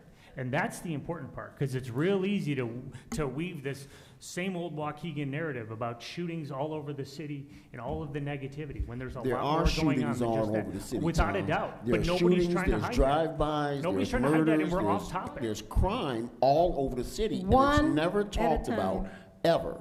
And part of that reason why it's never talked about is because people manage the narrative. And I'm tired of it. We're all sitting up here with a microphone. Don't tell me it's not getting talked about. Everybody gets because their I'm the only ultimate one time. that talks about it. You can You spend never as much mention time it as you because you live out there on River Road and it don't affect you. You don't see it. Okay. Come over in here, come over inside Waukegan, the proper city, and see what's going on. Pull up on a crime scene and see the families when these people are being shot. All right. So thank you. I think you've gotten way off topic and highly emotional. We're talking about public relations. All right? Okay. Chair Newsom, Yes. would it be appropriate to ask the police chief, since it was That's actually mentioned my that- next request was, since it's brought up with the chief, let's bring up the chief. Okay. We can't, okay. Audience, Is it inappropriate, Sue, to ask the chief questions? You can ask department heads questions Chair, before we Chair get to can the have Chair. anyone that she deems appropriate to speak. it's only up to the chief if he wants to speak on this. I'm not going to put you on the spot. I know that you work with Mr. Goodman. Yes. The chief is the mayor's chief. Of course he's going to Could you, Mr. McLemore, please? We sorry, but that's gonna put him on blast. That's why I told him if he doesn't want to speak, it's fine. And I don't think he really should. The mayor was elected to speak for the city. And the mayor's not here right now. He's So- being asked to discuss so- his interactions and his So reliance. I'm not gonna ask the chief to speak on this. I know that there's some other things that are going on, and I'm not gonna do that. Can I just say something here? I mean, this is something that we've been talking about, discussing in our own personal ways, but I said, let's get over, let's vote on it. I mean, we can go on all night, but I think everyone's been thinking about which way they're gonna vote, and I know what, I feel everyone knows their decision already. So I think that we should stop going back and forth and let's get it over with. And this is for a year. This is a one-year contract. Mr. Goodman has been here for 2 years. Roll call. Alderperson Felix. Nay. Alderman Newsom. Aye. Alderman Turner. No. Alderman Donilworth. No. Alderman Florian. Yes. Alderman Hayes. Yes. Alderman Bolton. Aye. Alderman Guzman.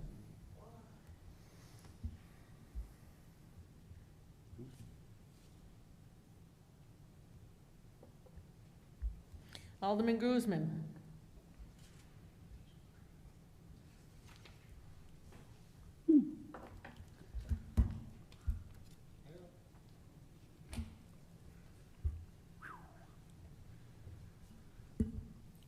My comment is this.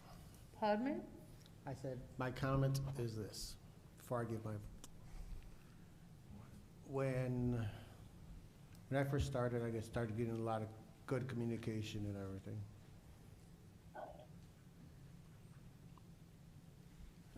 And my vote was gonna be yes. Is your vote yes, sir? No. Is your vote no? What is your Correct. vote? No. No? It's no, correct? Alderman Martinez. Nay. It's 5-4. Nay. Nay. Okay. Motion failed. Motion. No, motion. Motion Motion failed. fails. Motion fails. Motion fails, ma'am. Item 7, new business. Items A, B, C, and D. Was there a motion for omnibus? I know we had to take some items out. We were gonna pull out A, B, C, D, and, A, B, C, D, and S. S. I make the motion. I'm not sure if you said F or S, like S in is Sam. in Sam. S is in Sam. Yes. Yes, Sierra. hold that, please. Sierra. So A, B, C, D, and S is in Sam Yes, ma'am. will come out. Can I get a motion for omnibus? So moved. Motion by Alderman Florian, second by Alderman Turner. For omnibus. Roll call, please. Who was the second? I'm sorry? Me. Turner. Turner. Alderperson Felix. Aye. Newsom. Aye. Turner. Aye. Donilworth. Aye. Florian. Aye. Hayes. Aye. Bolton. Aye. Guzman. Aye. Martinez. Aye. Motion passed for the omnibus. Okay, I'll read the other items. E, F, G, H, I, J, K through R. Item E, resolution authorizing the proper city officials to approve construction of a new retaining wall at Huntington Lakes. We're gonna hold those out of, right. Item E, resolution authorizing the proper city officials to approve construction of a new retaining wall at Huntington Lakes by M. Sanchez Concrete, Inc., per section 2-458I-7, good faith waiver for a not to exceed amount of $26,400. This matter was presented to the Public Works and Infrastructure Committee on June 20th, 2023. Item F, A resolution approving and authorizing the proper city officials to enter into a contract with Office Plus for the purchase of office furniture for Public Works per Section 2-458I3, joint purchasing for a not-to-exceed amount of $6,780.16. This matter was presented to the Public Works and Infrastructure Committee on June 20th, 2023. Item G, resolution approving and authorizing the proper city officials to execute an agreement with Ciorba per Section 2-458I4 professional services for the biannual and special feature bridge inspections as is required by IDOT for a not to exceed amount of $14,000. This matter was presented to the Public Works and Infrastructure Committee on June 20th, 2023. Item H, resolution authorizing the proper city officials to approve Ciorba per Section 2-458I4 professional services to prepare the funding application for the rehabilitation of Market Street over unused land bridge, SN 049-0151, for an amount not to exceed $4,577. This matter was presented to the Public Works and Infrastructure Committee on June 20th, 2023. Item I, resolution authorizing the proper city officials to execute an agreement with Ciorba per Section 2-458I4 professional services for the fiscal year 23 culvert repair supplement proposal for a not to exceed amount of $339,233.50. This matter was presented to the Public Works and Infrastructure Committee on June 20th, 2023. Item J, resolution authorizing the proper city officials to execute an agreement with Crawford, Murphy, and Tilley per Section 2-458I4 professional services for the proposal for Lewis Avenue pressure reducing valve PRV vault for a not to exceed amount of $83,900. This matter was presented to the Public Works and Infrastructure Committee on June 20th, 2023. Item K, a resolution approving the Second Amendment to the Independent Contractors Agreement between the City of Waukegan and Municipal Resource Group, Inc. This matter was presented to the Finance and Purchasing Committee on June 20th, 2023.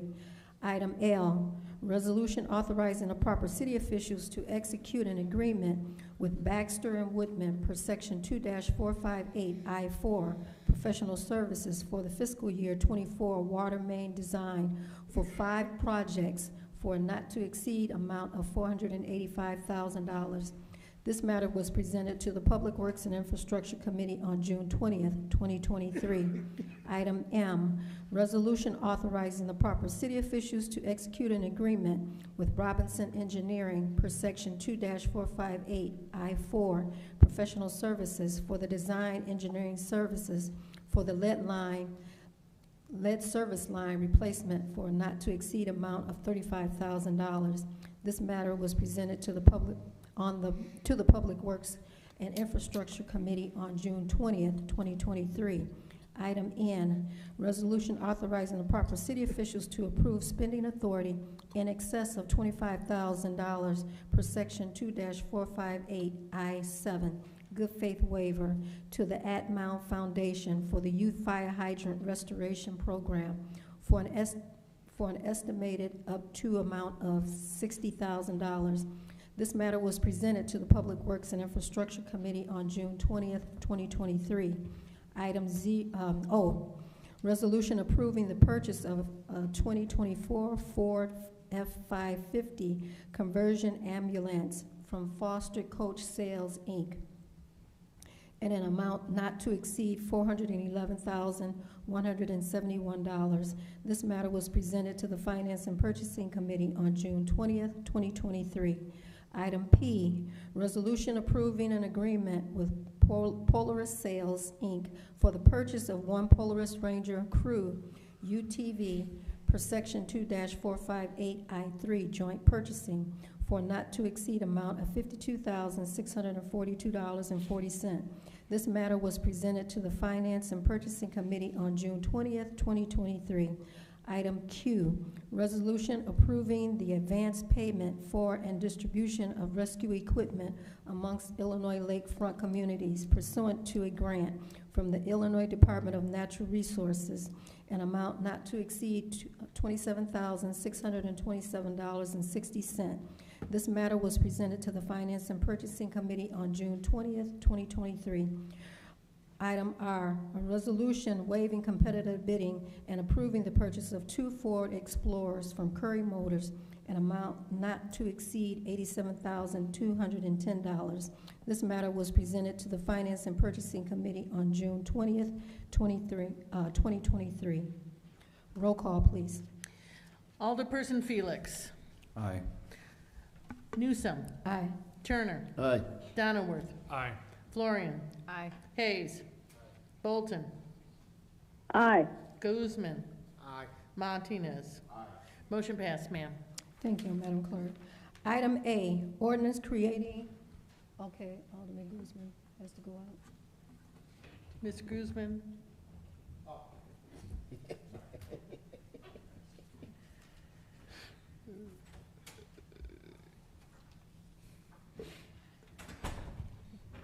And just for the record, as has been the practice that we've had, Alderman Guzman is the holder of a liquor license within the city, and so he is recusing himself. He is counted as absent for these votes. Item A, ordinance creating a Class C retail package sales liquor license for Asil High and Buy, Inc., DBA South Park International, located at 102 South Park Avenue. This matter was presented to the Community Development Committee on June 5th, 2023. Can I get a motion? Motion. Motion by Alderman Turner. Second?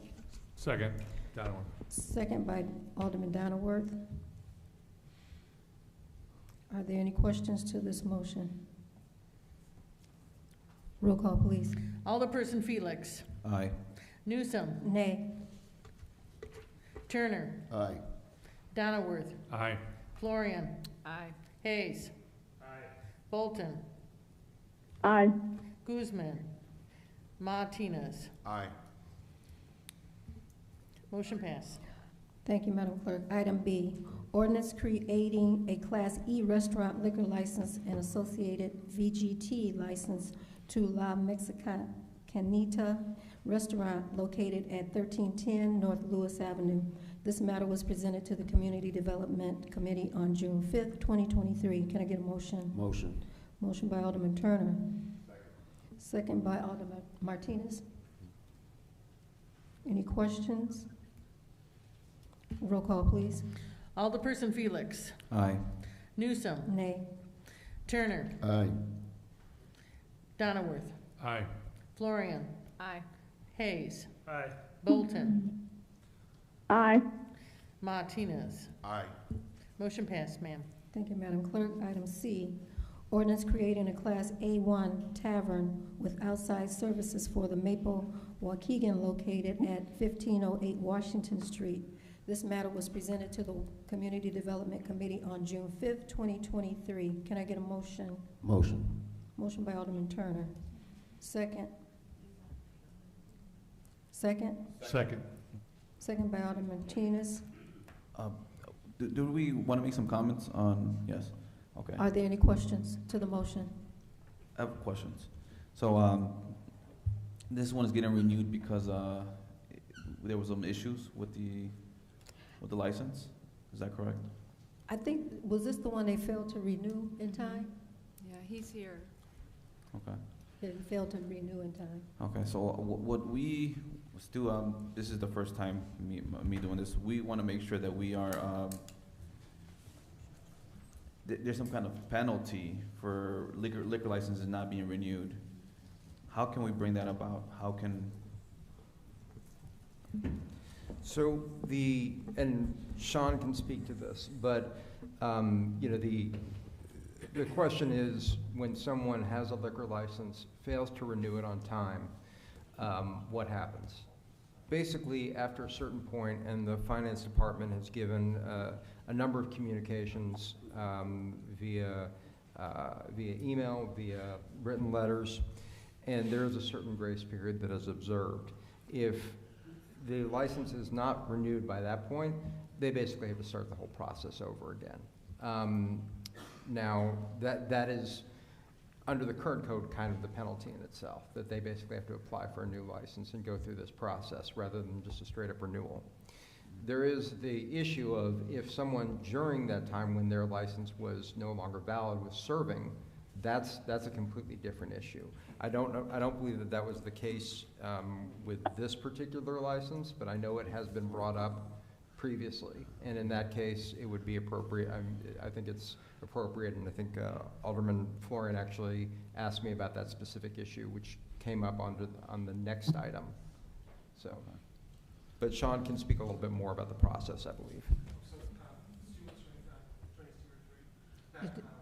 We'll have to go through the process from beginning to start, but also part of the penalty would be the application fee. The application fee is over $1,000, so that's a penalty in itself, because if they had renewed on time, they wouldn't have had to pay that amount. So that is a financial way that we kind of, it's not really a penalty, but a penalty in itself, because you have to pay for the application process again. And Sean, I don't know if you know it off the top of your head, but what is the renewal fee usually? It changes every year. I'll have to check on that. It's a fraction of $1,000, though. It's not like 900. It's smaller than that, right? For the renewal fee? Yeah. They have to pay for the entire license, so it's a bit hefty, but the added $1,000 for the application will make it that much more heftier. But can I say something? Alderman So, Florian. so someone like the item we're discussing now, who didn't sell when he didn't have a license, he's still going to have to pay the $1,000. But then we have someone who sold when they didn't have a license, so that penalty I feel should be higher to someone who knowingly sold without a license. That's my point. Oh, sorry. They would be going in front of the, I think, like the review board. Development Review Board. Not the review board, but they would be, this is called, it's the court that we kind of do in-house. Oh, Right, but they were never issued a citation, I don't believe. So they have to go to adjudication? Yes, they have to go through the adjudication process if they're found to, Well, sorry, I saw lost it my with words. my own 2 eyes, but I didn't issue a citation because I don't have that ability, but. You should have that authority. If you do see that in the future, I would suggest that you contact the proper authorities so that they can go out there I to. contacted the mayor's office. Well, who's the proper authorities? Well, I think I can clarify that. And Alderman Florian, we did discuss some language that could be used for the next one, which I Yes. think addresses it. And I don't want to shut down the conversation, but I think because it is a distinct factual issue, we can wait until that item to discuss the best way to handle that. You're right. Thank you, Sean. So we are voting on item C, the Maple. We have a motion by Alderman Turner, second by Alderman Martinez. Any more questions? Roll call, please. Alderperson Felix. Aye. Newsom. Nay. Turner. Aye. Donnerworth. Aye. Florian. Aye. Hayes. Bolton. Aye. Martinez. Aye. Motion passed, ma'am. Thank you, Madam Clerk. Item D, ordinance creating a Class E restaurant liquor license for Enrichment Enterprises, Inc., DBA Encore Events located at 4555 York House Road. This matter was presented to the Community Development Committee on June 5th, 2023. Can I get a motion? Motion. Second. Motion by Alderman Donnerworth. Second by Alderman Turner. So Are there any questions? Yeah, so in this case, is this another one that, same issue? Didn't renew. Didn't renew? And was there being liquor sold? So I believe that this came up, and I cannot recall if it came up, I think it was a committee in the Community Development Committee. There was a discussion. The applicant, who I believe was here but is no longer here tonight, did appear in the Community Development Committee. It was the owner with his daughter, who's the manager of the premises, or his niece. and stated that they did sell alcohol in the interim between when they realized that their prior license had expired or basically ended by its own terms, and before they came to the council. And that's something that they made an admission to. They also stated that there was some confusion on their part betwixt about the state license, and the state license was still valid or something. So it wasn't like an intention, it was confusion. It wasn't a nefarious intent. Yeah, I don't have the transcript. I do recall them making statements to that effect, though. Okay, thanks. So should I read this, Stu? So Alderman Florian had approached me about a possible amendment that she would like to make to this to address this specific issue. Alderman Florian, if you'd like to make a motion for an amendment and read it out, and then if you have a second, then there can be a vote on that. Okay, so it says, this ordinance will be in full force and effect from and after the occurrence of all of the following, and there's three things. A, its passage, approval, and publication as required by law. And B, the submission of the petitioner of all required documentation and fees for a Class E restaurant liquor license. And C, a review and determination by the city's liquor commissioner of a penalty and fine for any alcohol sales found to have been conducted by petitioner during any period in which the premises located at 4555 West York House Road did not have an active and valid liquor license. So it gives the mayor authorization to impose a fine and penalties for selling alcohol without a license, knowingly. Well, yes, it says from the passage of this ordinance will be full force and effect from and after the occurrence of all of the following. So you're gonna make this an amendment to this ordinance that we're passing or voting on? Yeah. So, yeah, the effect of this would be that although the city council cannot impose a fine, cannot make an adjudication, they could condition the issuance of this on the liquor commissioner, who is the mayor, examining this and making a determination if a penalty is appropriate. Okay. You do not have to. Oh, I got it. Chief of Staff Bridges. I know that you are still discussing it. I apologize, council. They were here and they wanted to be here to answer any questions. They thought that it was passed when you made the previous vote. I just wanted to make sure that you had that information prior to you making your decision, but they were planning on staying. They thought that it went through when you did the prior vote. Yes. Okay. All right. George,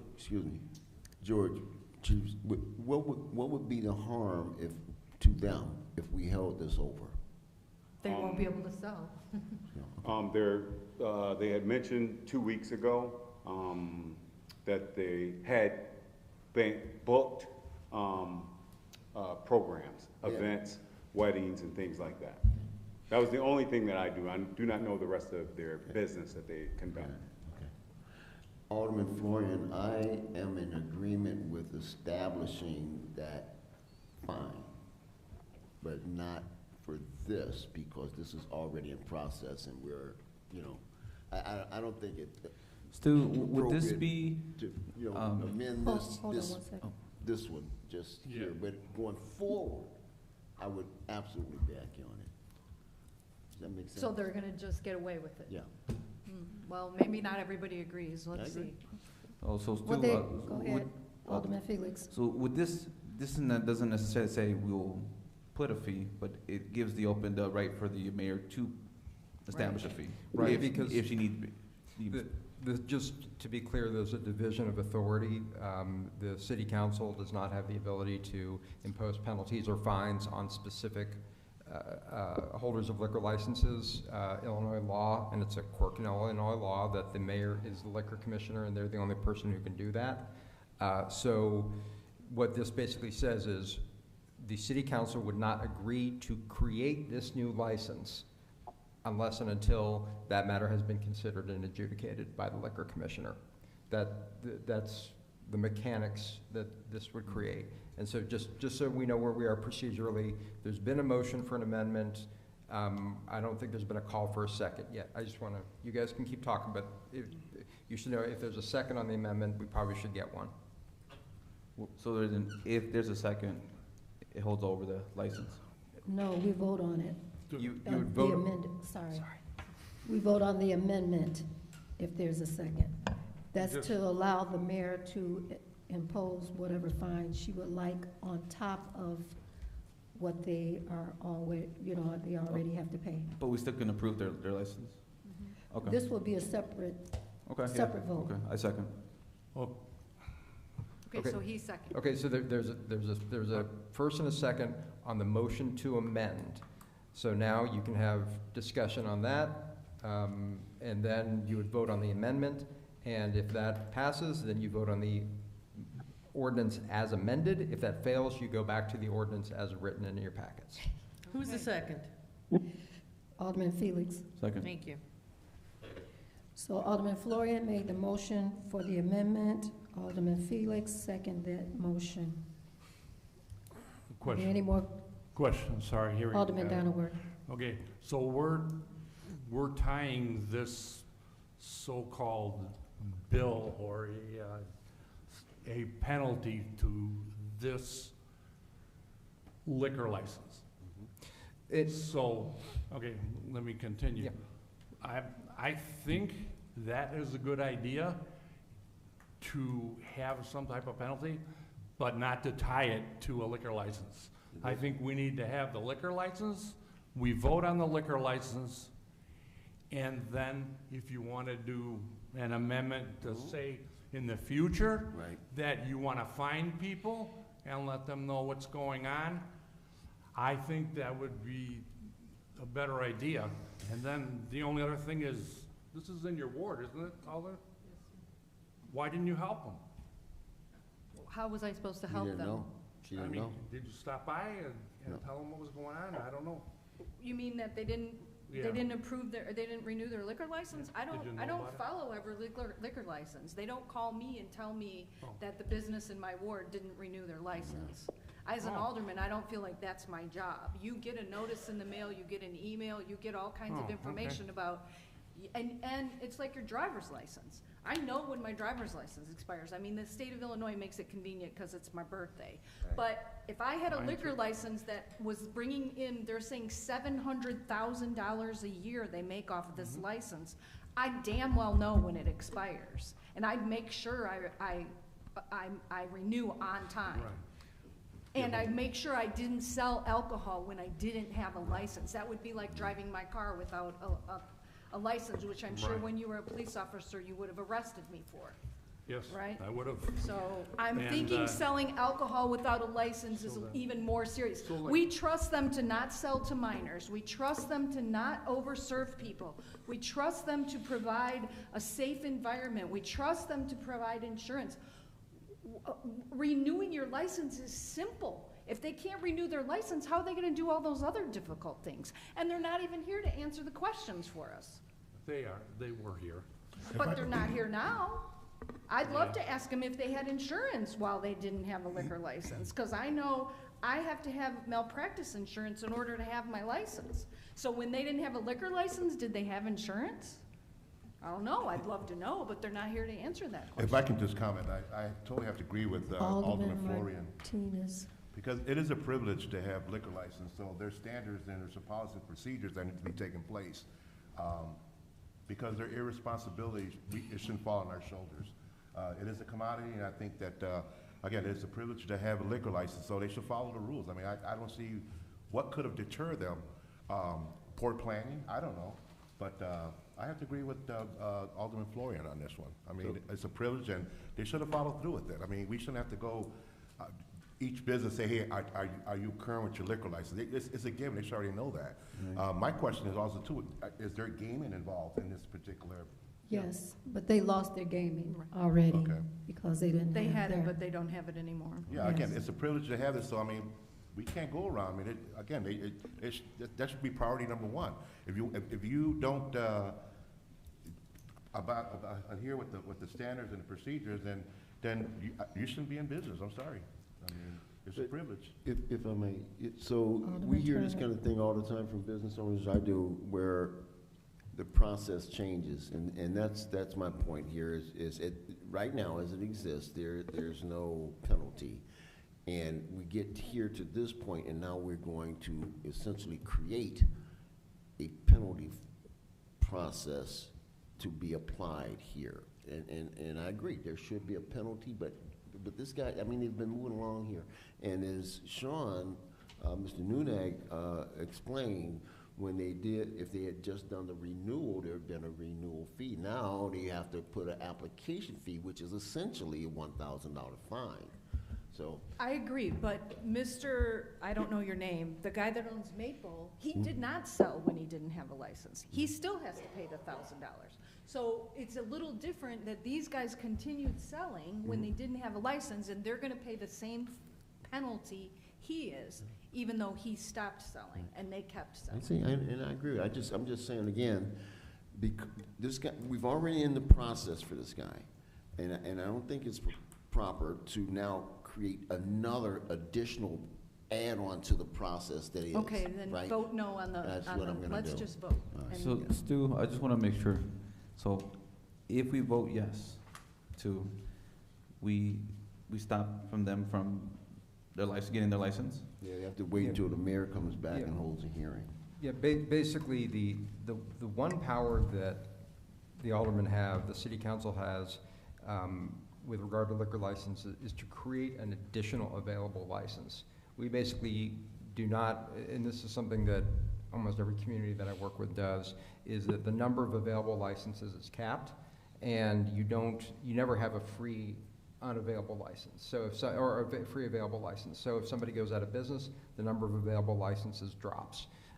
What that means is that it's always within the city council's decision if they think it's appropriate to have an additional Class A, Class E license. That's why these come before you. You're not actually granting them a license. You're making a license available. They submit an application, and then the liquor commissioner issues it. It's a little bit weird, but it's kind of how Illinois law works. So long answer to a short question, I'll get to your point.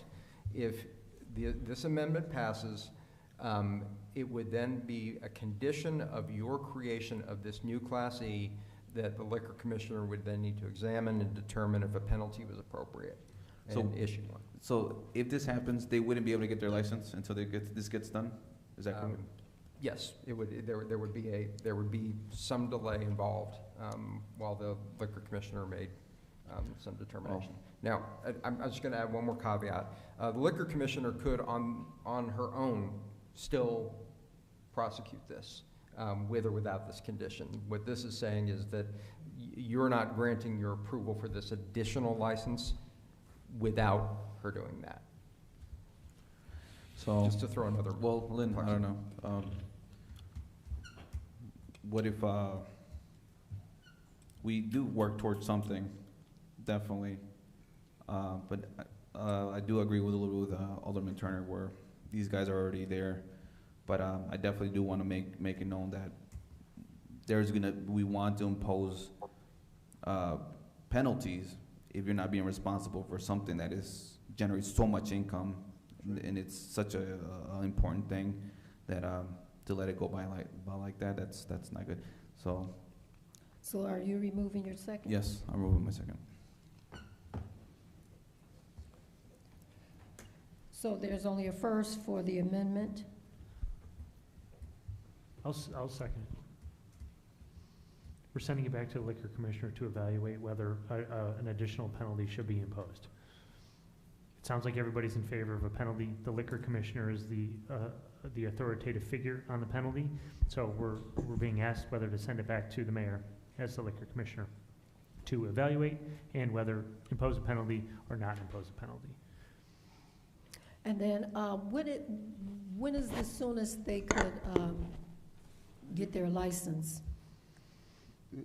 There would have to be, does it have to come back to the council to create that license? No, if this amendment were approved, this would just add a condition to the effective date. the ordinance would be approved, Okay. and, sorry. I'm sorry, didn't the liquor commissioner already look at this and she's the one who put it on the agenda, right? I don't, no, I mean, it went through the normal community development application process. I don't believe that the liquor commissioner or the mayor has taken a position on this or looked at this specifically. But she does the agenda, she approves the agenda. So, yes, and this does come, but there are certain things that come up through staff through applications. And so this one was not something that the mayor actively decided, it came up through the application process. Okay, thank you, sir. Excuse me.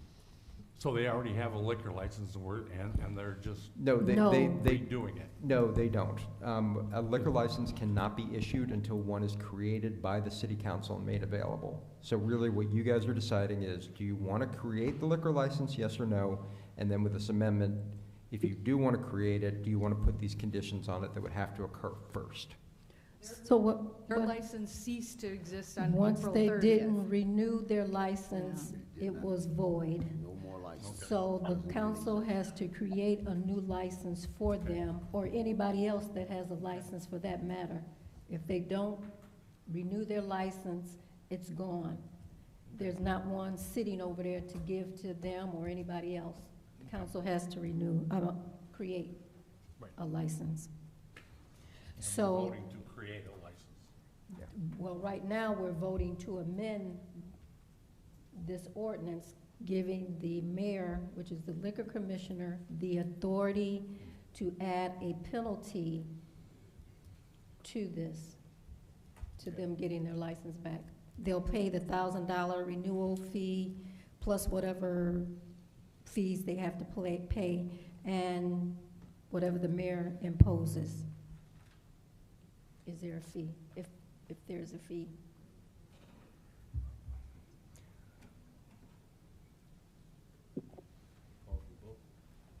So this is for the motion by Alderman Florian, second by Alderman Hayes, and this is for the amendment to.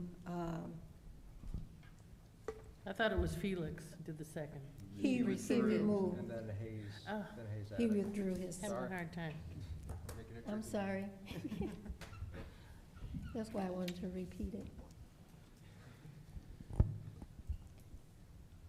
Okay, roll call for the amendment. Alderperson Felix. Aye. Newsom. Aye. Turner. Aye. Oh, correction, no. Donnerworth. No. Florian. Aye. Hayes. Aye. Bolton. Aye. Guzman. Martinez. Aye. Ayes have it. So this means that it goes to the mayor. No, so now you have an amended ordinance, that the ordinance now is amended, you gotta vote again. Oh, okay. That's what I thought. Yeah. That's what I thought it was. Trust your instincts, you've been up here longer than I have. I thought we was gonna have to do it again. Okay. Now we need a motion to vote on this resolution authorizing the proper city officials to approve, to create a Class E restaurant liquor license for Enrichment Enterprises, Inc., DBA Encore Events located at 4555 York House Road. This matter was presented to the Community Development Committee on June 5th, 2023, and as amended. Can I get a motion? Donnerworth? Turner.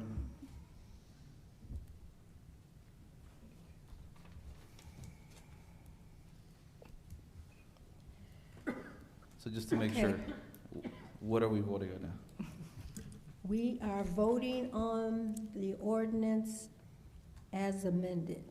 As amended. Because the amendment passed, Okay, Including the language that we just discussed. got it. that I just read. Okay, so to put that forward, I have to vote aye, right? To amend it, right? Okay. Okay, roll call. Alderperson Felix. Aye. Newsom. Nay. Turner. Aye. Donnerworth. Aye. Florian. Aye. Hayes. Aye. Bolton. Aye. Guzman. Martinez. Aye. Motion pass. Okay, so it's in the, we have one more item, S. And we do have an executive session after Alderman's time. An executive session? Executive closed session after Alderman's time. It'll be quick. So item S, motion to approve an ordinance amending and restating ordinance number 23-0-125, fixing the salaries to be paid to elected officials of the city of Waukegan, Illinois, holding the offices of mayor, clerk, and treasurer. This matter was presented at the regular Government Operations and Oversight Committee meeting on June 5th, 2023. This item came out of committee with a negative vote. Can I get a motion on the floor? Motion?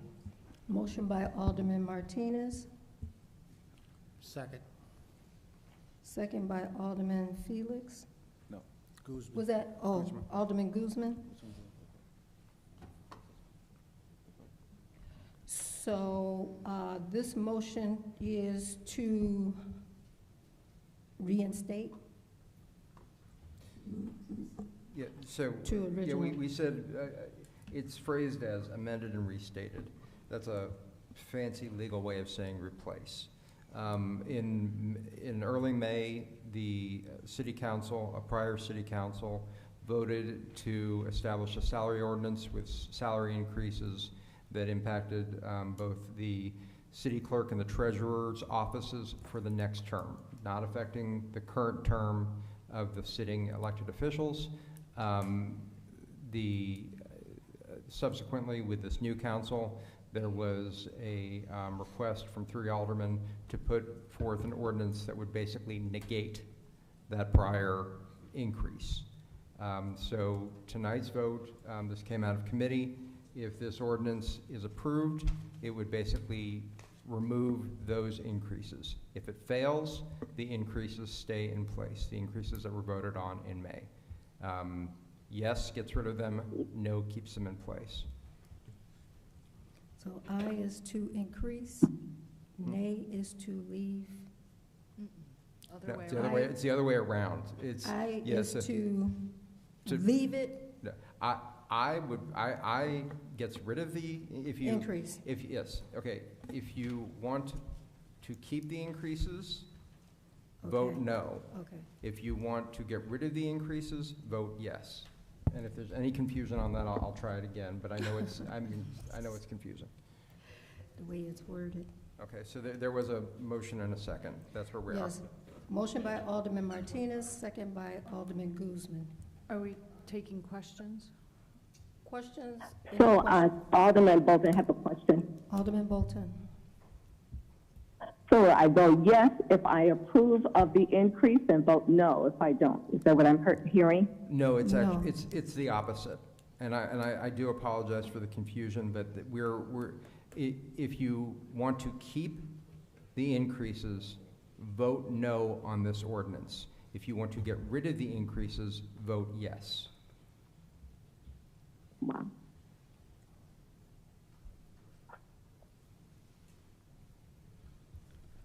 Any more questions? Alderman Florian? Thank you. So the clerk has reached out to me personally in an email, and then tonight she called me out personally from the podium.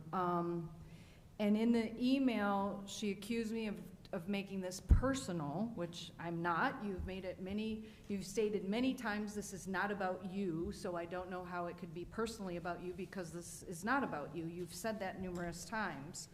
I don't know why you said that I don't appreciate the education that goes into your position, because that's certainly not true. I certainly value any education. Anyone who knows me knows that. I'm constantly taking continuing education classes myself to keep up with what's new. In the email you sent me, you referenced, you're certain that I've raised the fees in my office and since the clerk got a raise. Well, I don't know what that has to do with this at all, but I have not raised my fees since 2003, as anyone who comes to me can attest to. which is 20 years. Not that it matters, like I said, but I keep my fees low because people have to come to me and pay cash and whatever, but that has nothing to do with this. So I just wanted you to know my fees have not been raised in 20 years. So that has nothing to do with this conversation. But I do want to reiterate, though, that as elected officials, and you keep saying you're a department head, but you're an elected official. Well, you can't have it both ways. Our department heads are not elected officials, and our elected officials are not department heads. There's a difference there. And in my opinion, with the number, we've all sat in meetings in the last week about long-term revenue allocation plans, right? How many millions of dollars do we need for this city to be stable, not just thrive, but to be stable? We need millions and millions of dollars. And as Alderman Hayes eloquently has said, I don't believe we can justify, as elected officials who choose to come into these positions, I don't believe we can look our constituents in the eye when they have potholes like you do, Madam Clerk, and say, I deserve a raise because I do. Things are expensive, and we choose to do these jobs. We put ourselves out here. We run for election. This is a choice we've made. And I think our priorities should be our people, our employees, and our infrastructure, our needs, the stuff our city needs. We should not, as elected officials, put ourselves first, and until all these needs are met, and I don't know when that's going to happen. But this is not personal. I believe I've spoken with Alderman Guzman. He said he's going to bring up the other ordinance for the aldermen also, and I intend to vote no on that as well. So this is not just about you, Madam Clerk. This is about our city and what we need and how far behind we are. How far behind we are. Ask our policemen how much we owe their pension. Ask our firemen how much we owe their pension. I can't justify giving elected officials a raise when we have all of those needs. So it's not about you. It's about me and what I feel is important in this city. Chairman? Treasurer. This alderman has no problem giving herself a $5,000 raise, okay? The city, all the city workers get a 2% raise. I'm not against that either. We hope to keep as many of our employees. We've lost, okay, one of the questions the alderman should ask, HR, how many employees have we lost to other facilities in the last 6 months or year? It's a huge amount. We don't want to take the 2% raise away from them either, all right? I don't think it is. But the thing of it is, that's the money you have to spend. And the only disappointed is the aldermen can vote themselves a $5,000 raise, okay, and not blink and bring up our raise, all right, like it's a sin. Can't have it both ways, Alderman. I didn't vote for the alderman raise, Treasurer Schwab. I voted no. I didn't ask for a raise. Nobody asked me, and nobody asked me, okay? If they'd asked me, I would say I would just appreciate, I've been a 15-year employee here. I would like the same 2% everybody else gets. Don't change my base salary a penny. That would be fine. I would just like to be treated like everybody else. And I don't like being excluded. So this vote here, if it doesn't pass, all right, excludes me, and I do take it personally. Any more questions? So this motion. Alderman? This is Alderman Bolton. I have something to say. Hold on, Alderman Bolton, hold on. Sure. Alderman Turner? So this motion would rescind the entirety of the raise that was previously approved. Would it be appropriate to amend this motion, as Dr. Schwab alluded to just do like a 2% increase versus the increase in the salary increase? So no salary increase per se, but a 2% increase annually, which would again go into effect in 2025. Can we do that? Yes, if there was an amendment to do that, if there was a motion To amend, it would be in the form of keeping the base salary as it is,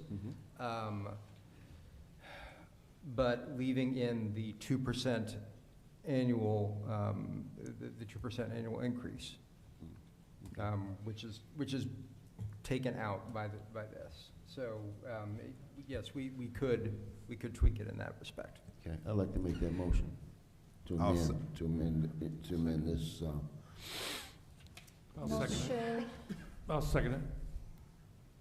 motion by Alderman Turner, second by Alderman Martinez. No. Yes. Oh, Donnerworth? Donnerworth. Alderman Donnerworth. To I'm sorry, please amend, clarify the motion. hold on, Alderman Bolton. Mhm.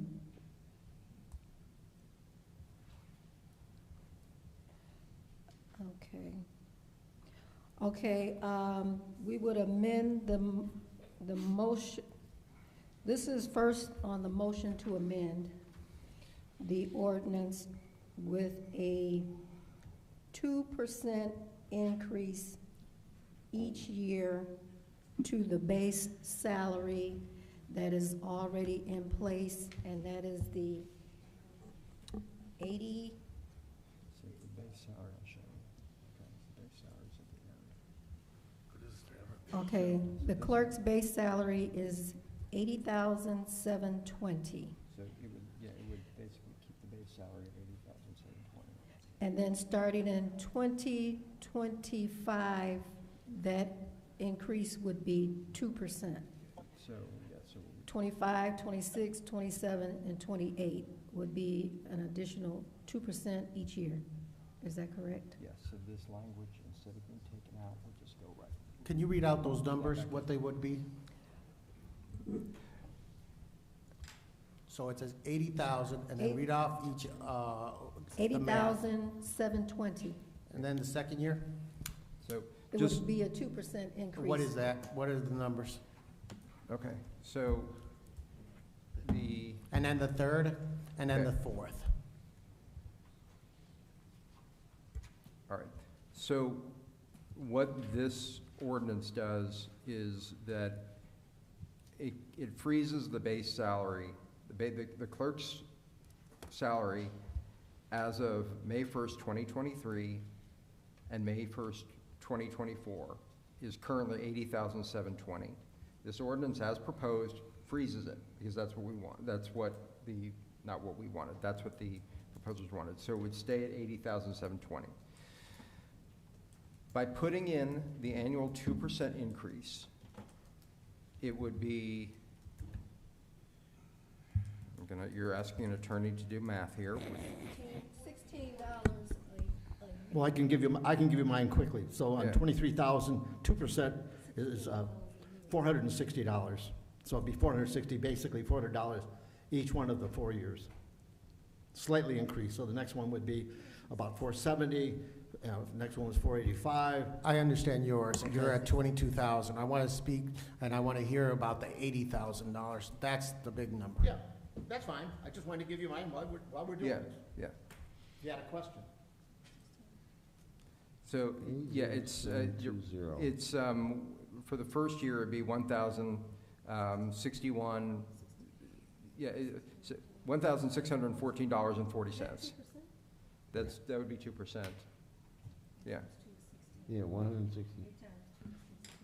Yeah, so it would be, it would be, for at least the first year, $1,614.40, and then the next year, because it's compounded, it would be 2% on top of that.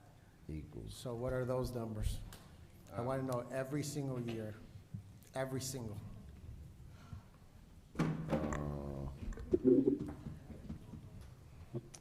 Now you're making me pull up Excel. 80720 equals. All right, so the second year, the first year, it would go up by $1,000. The thousand. No, a little over 1,000, so it'd be 1,161 or whatever, right? Then the next year, you compound that, and the salary would go to $82,334.40. All right, and then you would compound it again, so times 2% equals, it would go up another $1,646.68, right? Plus 80,720. So that would make it $82,366.68. Right? And then if you did it again, you got it? What is it? So, this is total, and this is what's increased. Stu's got the spreadsheet calculating, so. So it'll be for year 25, 26, 27. Times 2% equals that plus 80720 equals 80, in the last year, in 4 years, it'd be $82,367.33. 82? $82,367.33 in year 4. That sounds about second year.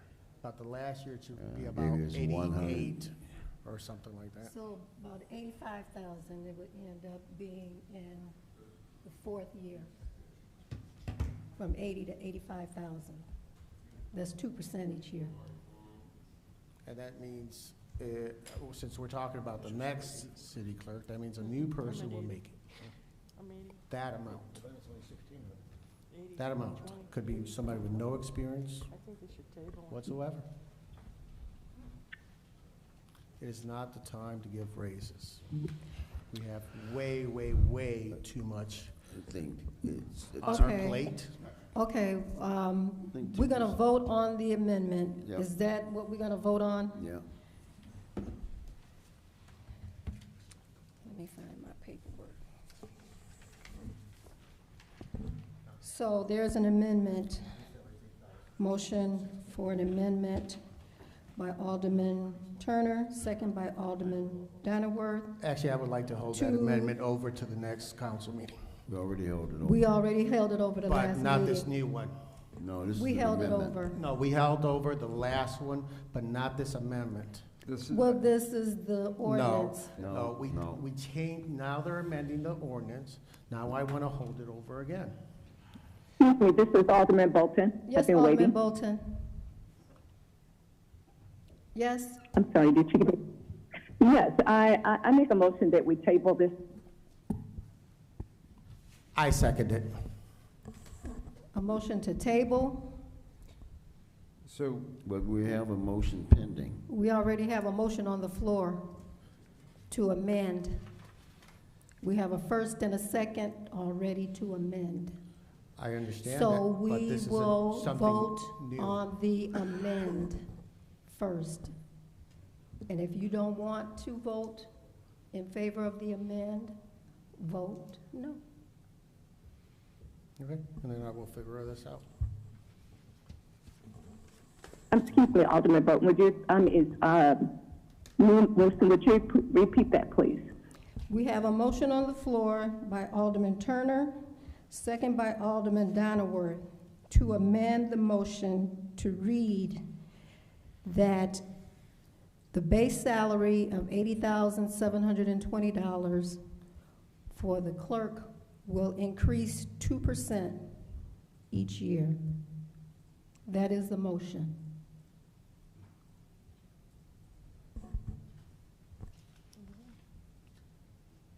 and And just the to, treasurer hold on, also. well, yeah, just to be clear, the way the ordinance is written is that it had a 2% increase for, the one that was voted on previously, that in May, that was approved, included a 2% increase for all of the elected officials. The Right. mayor, the treasurer, and the clerk. Yeah. Didn't you, and only increase the base salary for the clerk and the treasurer. What the ordinance that is on tonight's agenda got rid of the increases in the base salary and also got rid of the 2% increases for all of those elected officials. Is just as a clarification to the movement and the seconder, is the motion to just apply the 2% increase to the clerk, or is it to apply to all No. officials affected by this ordinance? I would like it to apply to all officials across the By board. this Mayor, motion. clerk, and treasurer, 2%. Okay, so just as a clarification, that this amendment, which there's a first and second for, and the seconder agrees with that? Alderman Donowitz, you agree with that motion? Yes. The clarification, okay. So this would, the amendment would put back in the 2% increase annually, starting 2025, after 2025, for the clerk, the treasurer, and the mayor. That's what the amendment currently is on the, it is on the floor with the first and second. And there's no way to table this, correct? Is that what you're saying? We have an amendment on I'm the talking, I'm floor. speaking to the attorney. Is there any way to hold it over or not? A motion to postpone? Because Alderman Bolton's put that on the table. Okay. And I second it. A motion to table is an assumption that we would come back to it at some point in the future without a specific date. Would the motion that is being made be a motion to bring it back in 2 weeks? Yes, correct. Well, let me ask, okay, so that motion can be made, but it would have to be approved by the majority. And if it fails, then we go back to the vote on the amendment. So, but we can't, the way I've interpreted it is we cannot have a unilateral holdover on this. But if the majority want to postpone this in 2 weeks, they can do that, and we would just come back to where we were. So it'd be appropriate to call for a vote on the motion to postpone. Did you hear that, Alderman Bolton? I'm trying to follow it. What is the first thing we're voting on again? You said For you the wanted to. 2% increase. That's No. the first one? No, you said you wanted to table, so the motion Yes, on the floor I now has to have a majority, is it a super? Just a majority, 5. Majority to table it for Table for 2 weeks. It has to come back in 2 weeks. You understand that? Yes, And there's, I understand. and there's usually no discussion on that. It's just you vote. Okay, we're just gonna vote if you wanna, the vote is to hold it over for 2 weeks. Call for the vote. Clerk O'Kelly? Are we ready? Do we have? Yeah, we're doing a roll doing call. it. We're To doing a roll table. call on the motion to On the postpone for ta- 2 weeks. To table for 2 weeks. Yes. Do we have And a a postpone. motion and a second? Oh, yeah. Need a motion and a second. Okay. It's Bolton and Guzman. Okay, cool. Call for it. Alderperson Felix. Just to hold it over? For 2 weeks. Yeah, to postpone for 2 weeks. Aye. Newsom. Nay. Turner. Aye. Donowitz. Aye. Florian. Nay. Hayes. No. Bolton. Aye. Guzman. Aye. Martinez. Aye. So it's held over for 6 to 2 3, 6 2 yes. Okay, It's held over for 2 weeks. all right. Closing item 9, Alderman's time. Alderperson Felix.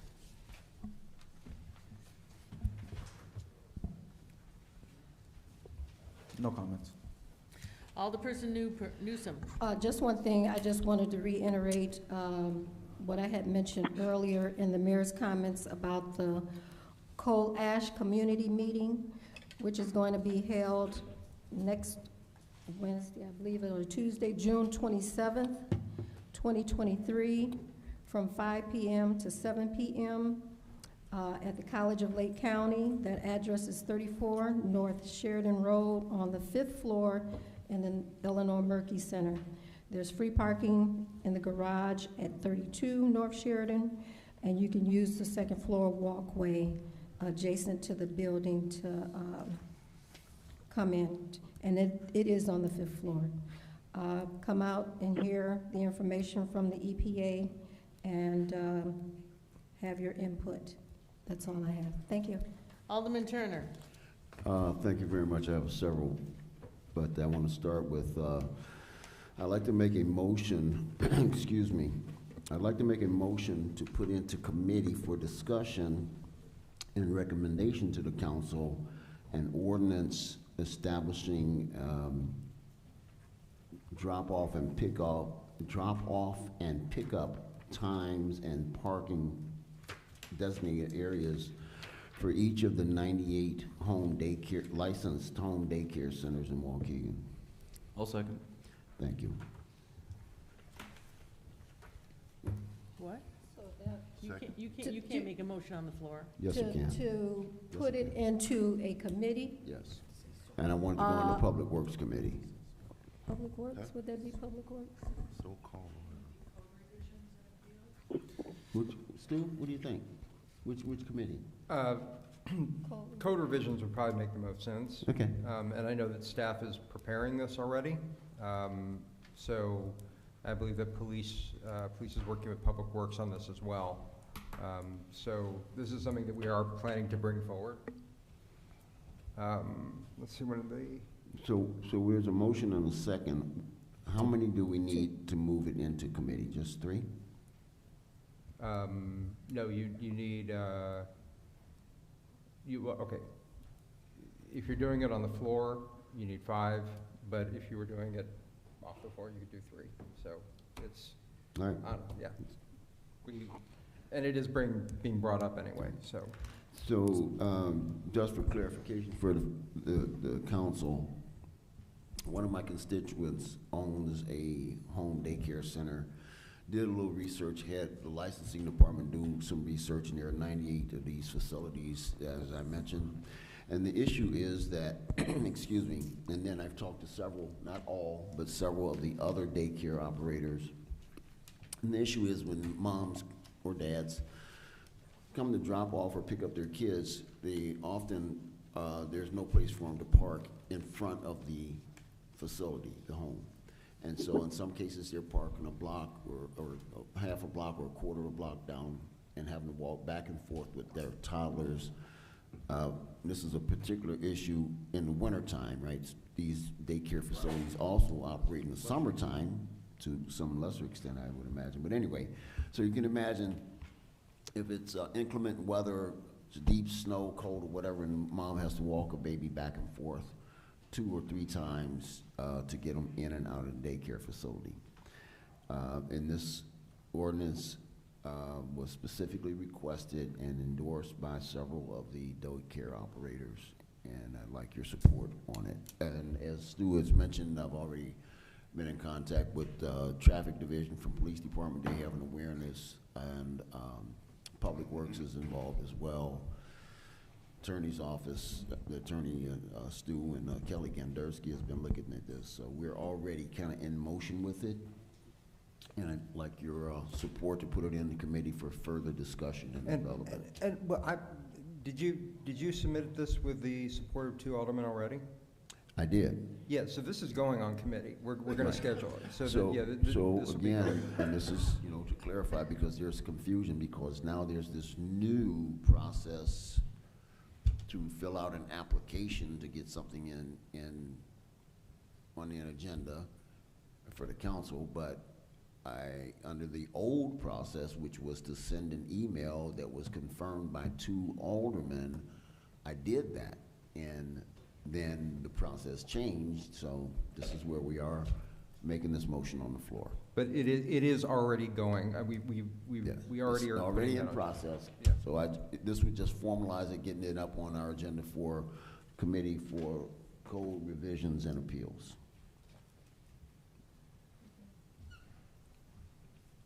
Yeah, that's what I got. Is that it, sir? Alderman Donnerworth. Okay, No, yeah. No. I made a motion. We have a second. No, you can't make a motion on the floor. But he could, but it's already happening. So it's already going to that committee. When? I mean, it's been out there since 3 months. Well, I can check with I'm not working on this particular issue, but we can schedule a committee meeting. We can, I'd have to talk to the mayor about when it's going to be.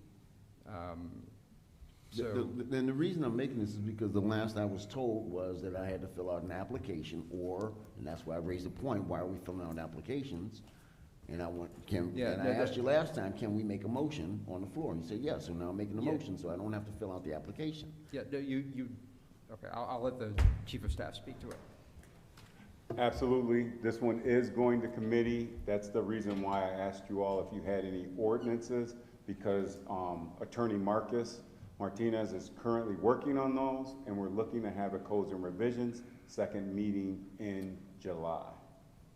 That's already been scheduled. We're trying to put a bunch of the ordinance revisions on that committee in second meeting in July. So this is the first that I'm hearing of my motion that I put forward. Now you come in here and tell me, hey man, it's already happening. I never. Sir, Alderman, I did state that we were working on it, and even though you did put in your for last it, communication to me was, hey, and I got the email, George, because I sent that at 9:45 p.m. on a Monday night. And then on 2:30 p.m. on Tuesday, you sent an email about the new process, and then at 5:30 p.m. you told me, hey, according to the new process, you have to go do this. And that's how we got in this frickin' circle. Yes, and sir. That's what I'm trying to break out of the circle and just get it done. Yes, sir. Committee. I also did state that we are still working on it in light of the request to fill out the new form, sir. Thank you. Can I get this in committee? Yes or no? Yes, and it's All gonna be, right, thank you. there'll be a committee on the second meeting in July. All right. Code revisions. Madam Clerk, please write that down. That's fine. All right, in continuation, so the lead pipe program is ongoing in the 6th Ward, specifically along Ash Street between Porter and Ridgeland. I mean, they're digging holes and doing it. So, but I've been contacted by Kennedy Construction, and several of our neighbors have not been responsive to mails, emails, phone calls, and door knocks, right? They actually put guys out there door knocking. I was out there today door knocking, leaving my business card, and I have a flyer that I'm also gonna be leaving as well. So if you're watching this meeting, please answer the door and be responsive. If you have any questions about it, and you're just not comfortable talking to those construction guys, please call me. My number is 847-445-3788. And that's a segue to what I mentioned earlier in the Public Works Committee, that I do have an capacity or facility to offer $20 an hour if someone, preferably bilingual English, Spanish, but not a requirement. I can give you $20 an hour. I think I would take maybe 3 people to go out and make these communications. That's not just going to be for the 6th Ward, but we'll also be working in other areas. So reach out again if you're interested, 847-445-3788.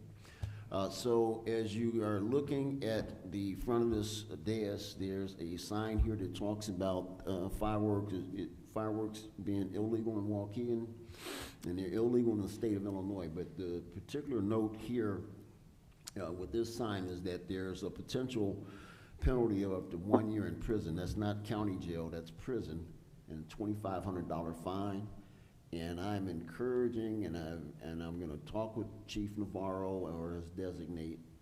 I'm specifically requesting targeted enforcement in the 6th Ward. I have several homes that I know are lighting these off every year.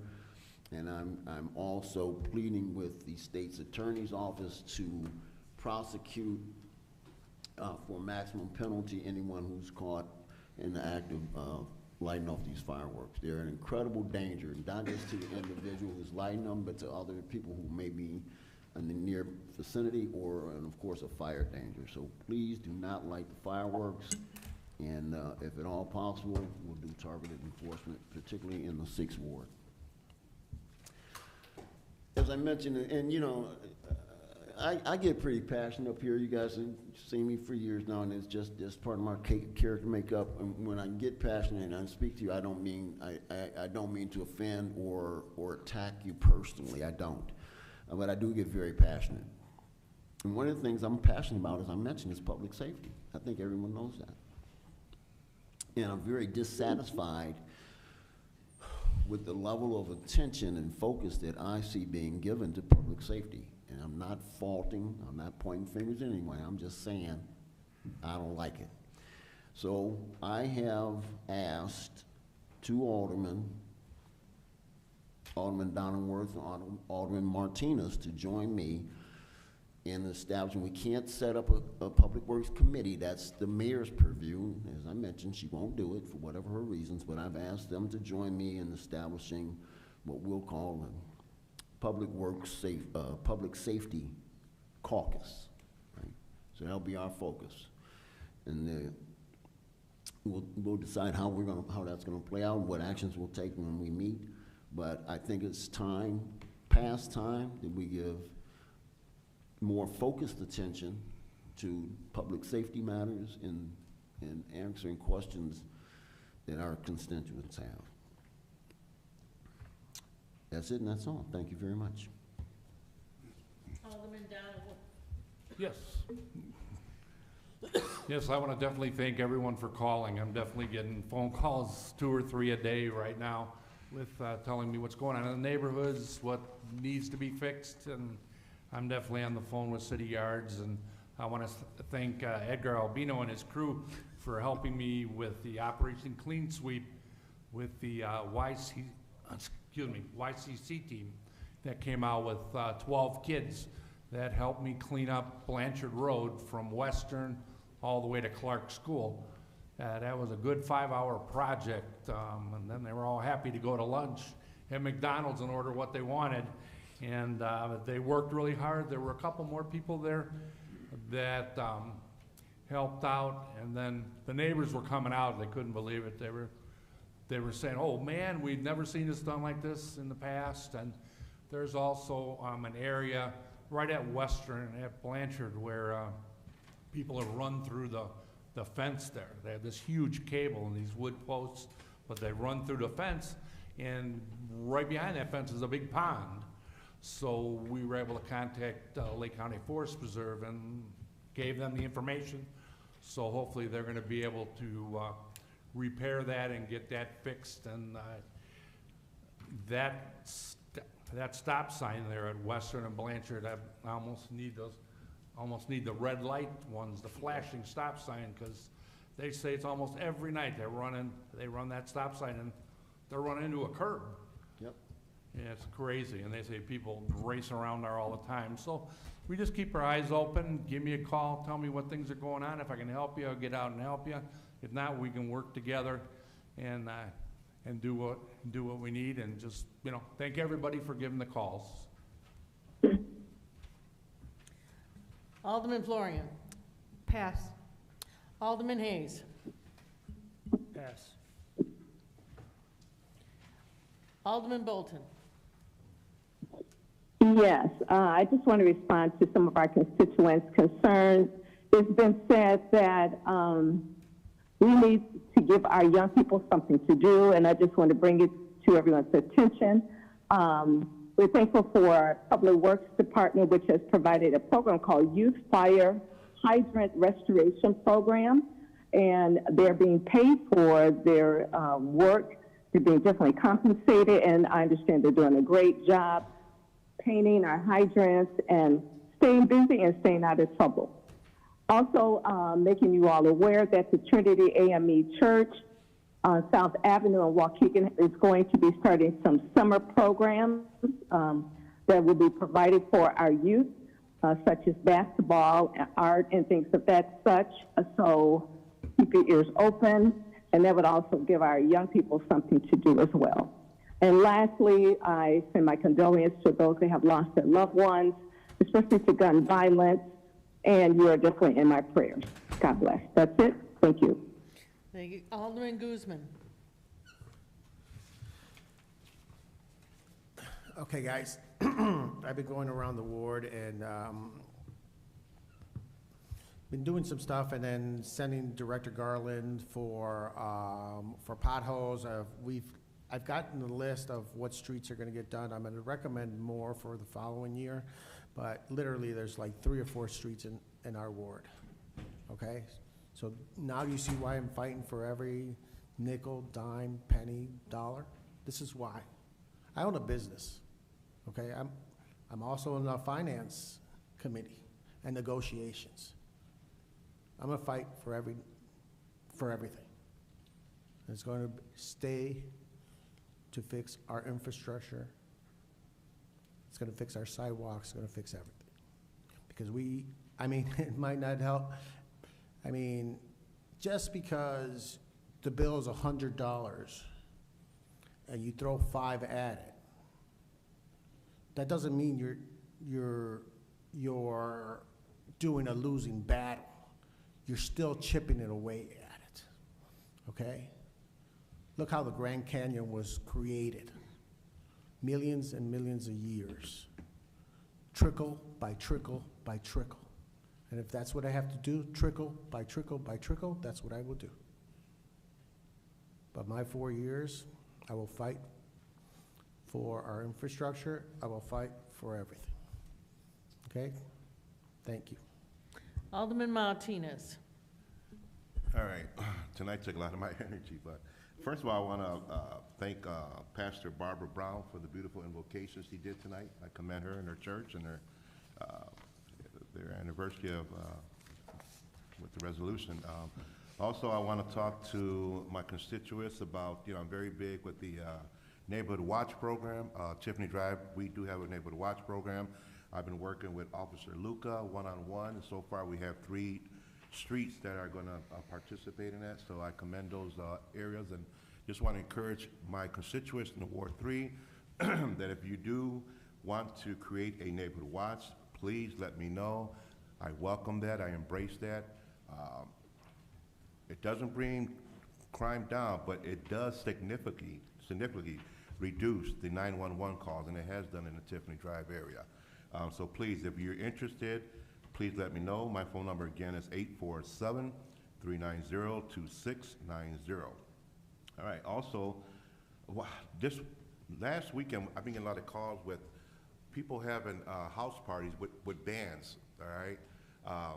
Those bands are really, really loud, all right? I know we do have a city ordinance with that, but we have to do a better job as far as what we can do as implementing something where it's not creating a disturbance. I mean, just on Macquarie Road the other day I was driving, it was really, really loud. So I had 4 calls over the weekend, and I know that it is a tradition people have. I know people like to celebrate milestones, they like to celebrate birthdays, but it's ridiculous that at 9 o'clock at night all you hear is boom, boom, boom, boom, boom. So I like to see if we can create something, an ordinance, or maybe kind of crack down a little bit more on that, because it is out of control. Again, I had 4 calls. I had to actually go out there with Officer Sanchez, thank you. But I'd like to, get more cooperation with that and see what we can do a better job as far as trying to curtail that. All right, also just to remind everybody, we've got the fireworks coming up. Please let adults handle the fireworks. And for those who have animals, I have dogs, it's a bad time for them. My 2 dogs, they stay up all night. What I'm gonna do is I'm gonna try to get them some anxiety pills. But just keep that in mind that,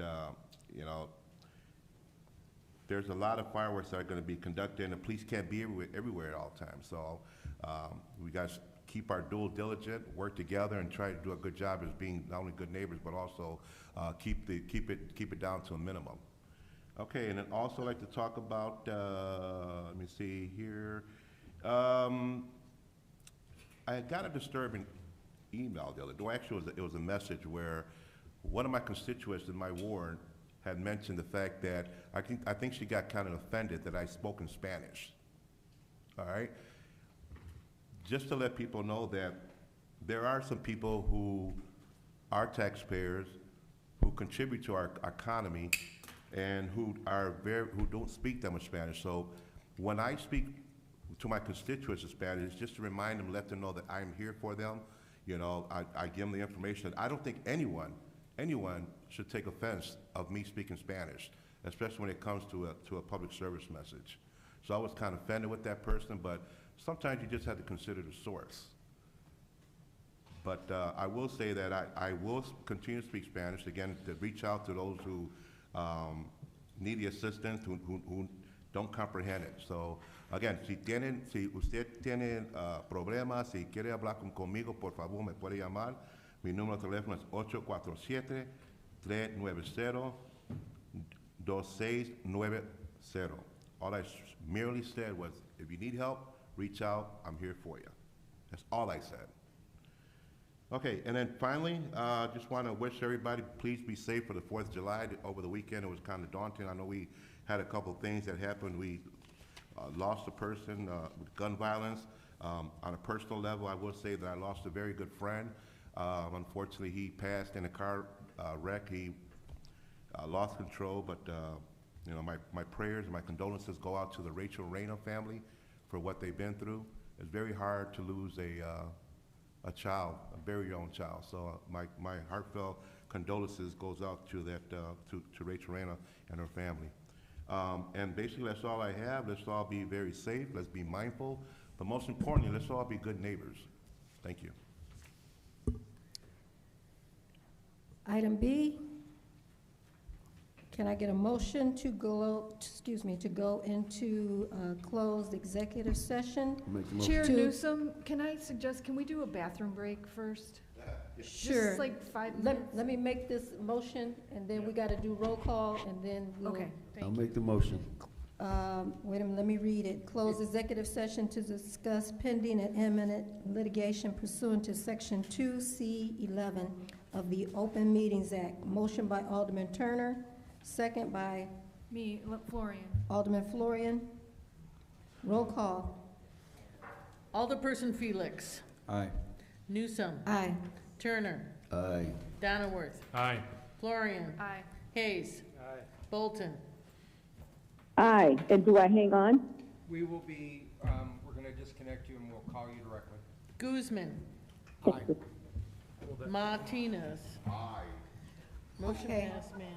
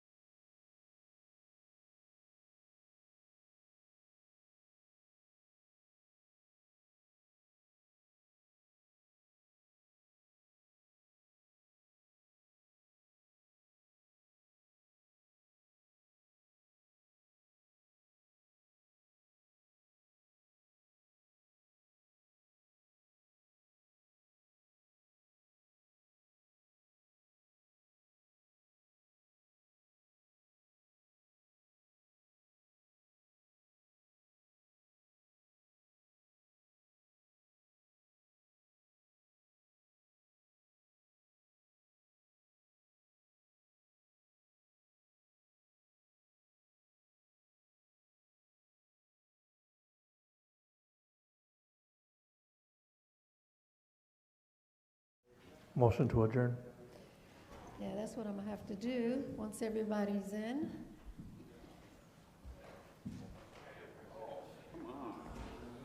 Oh, now you get the good seat. No, I want to say my piece. You get 3 minutes. You get 3 minutes. You had the microphone this whole time.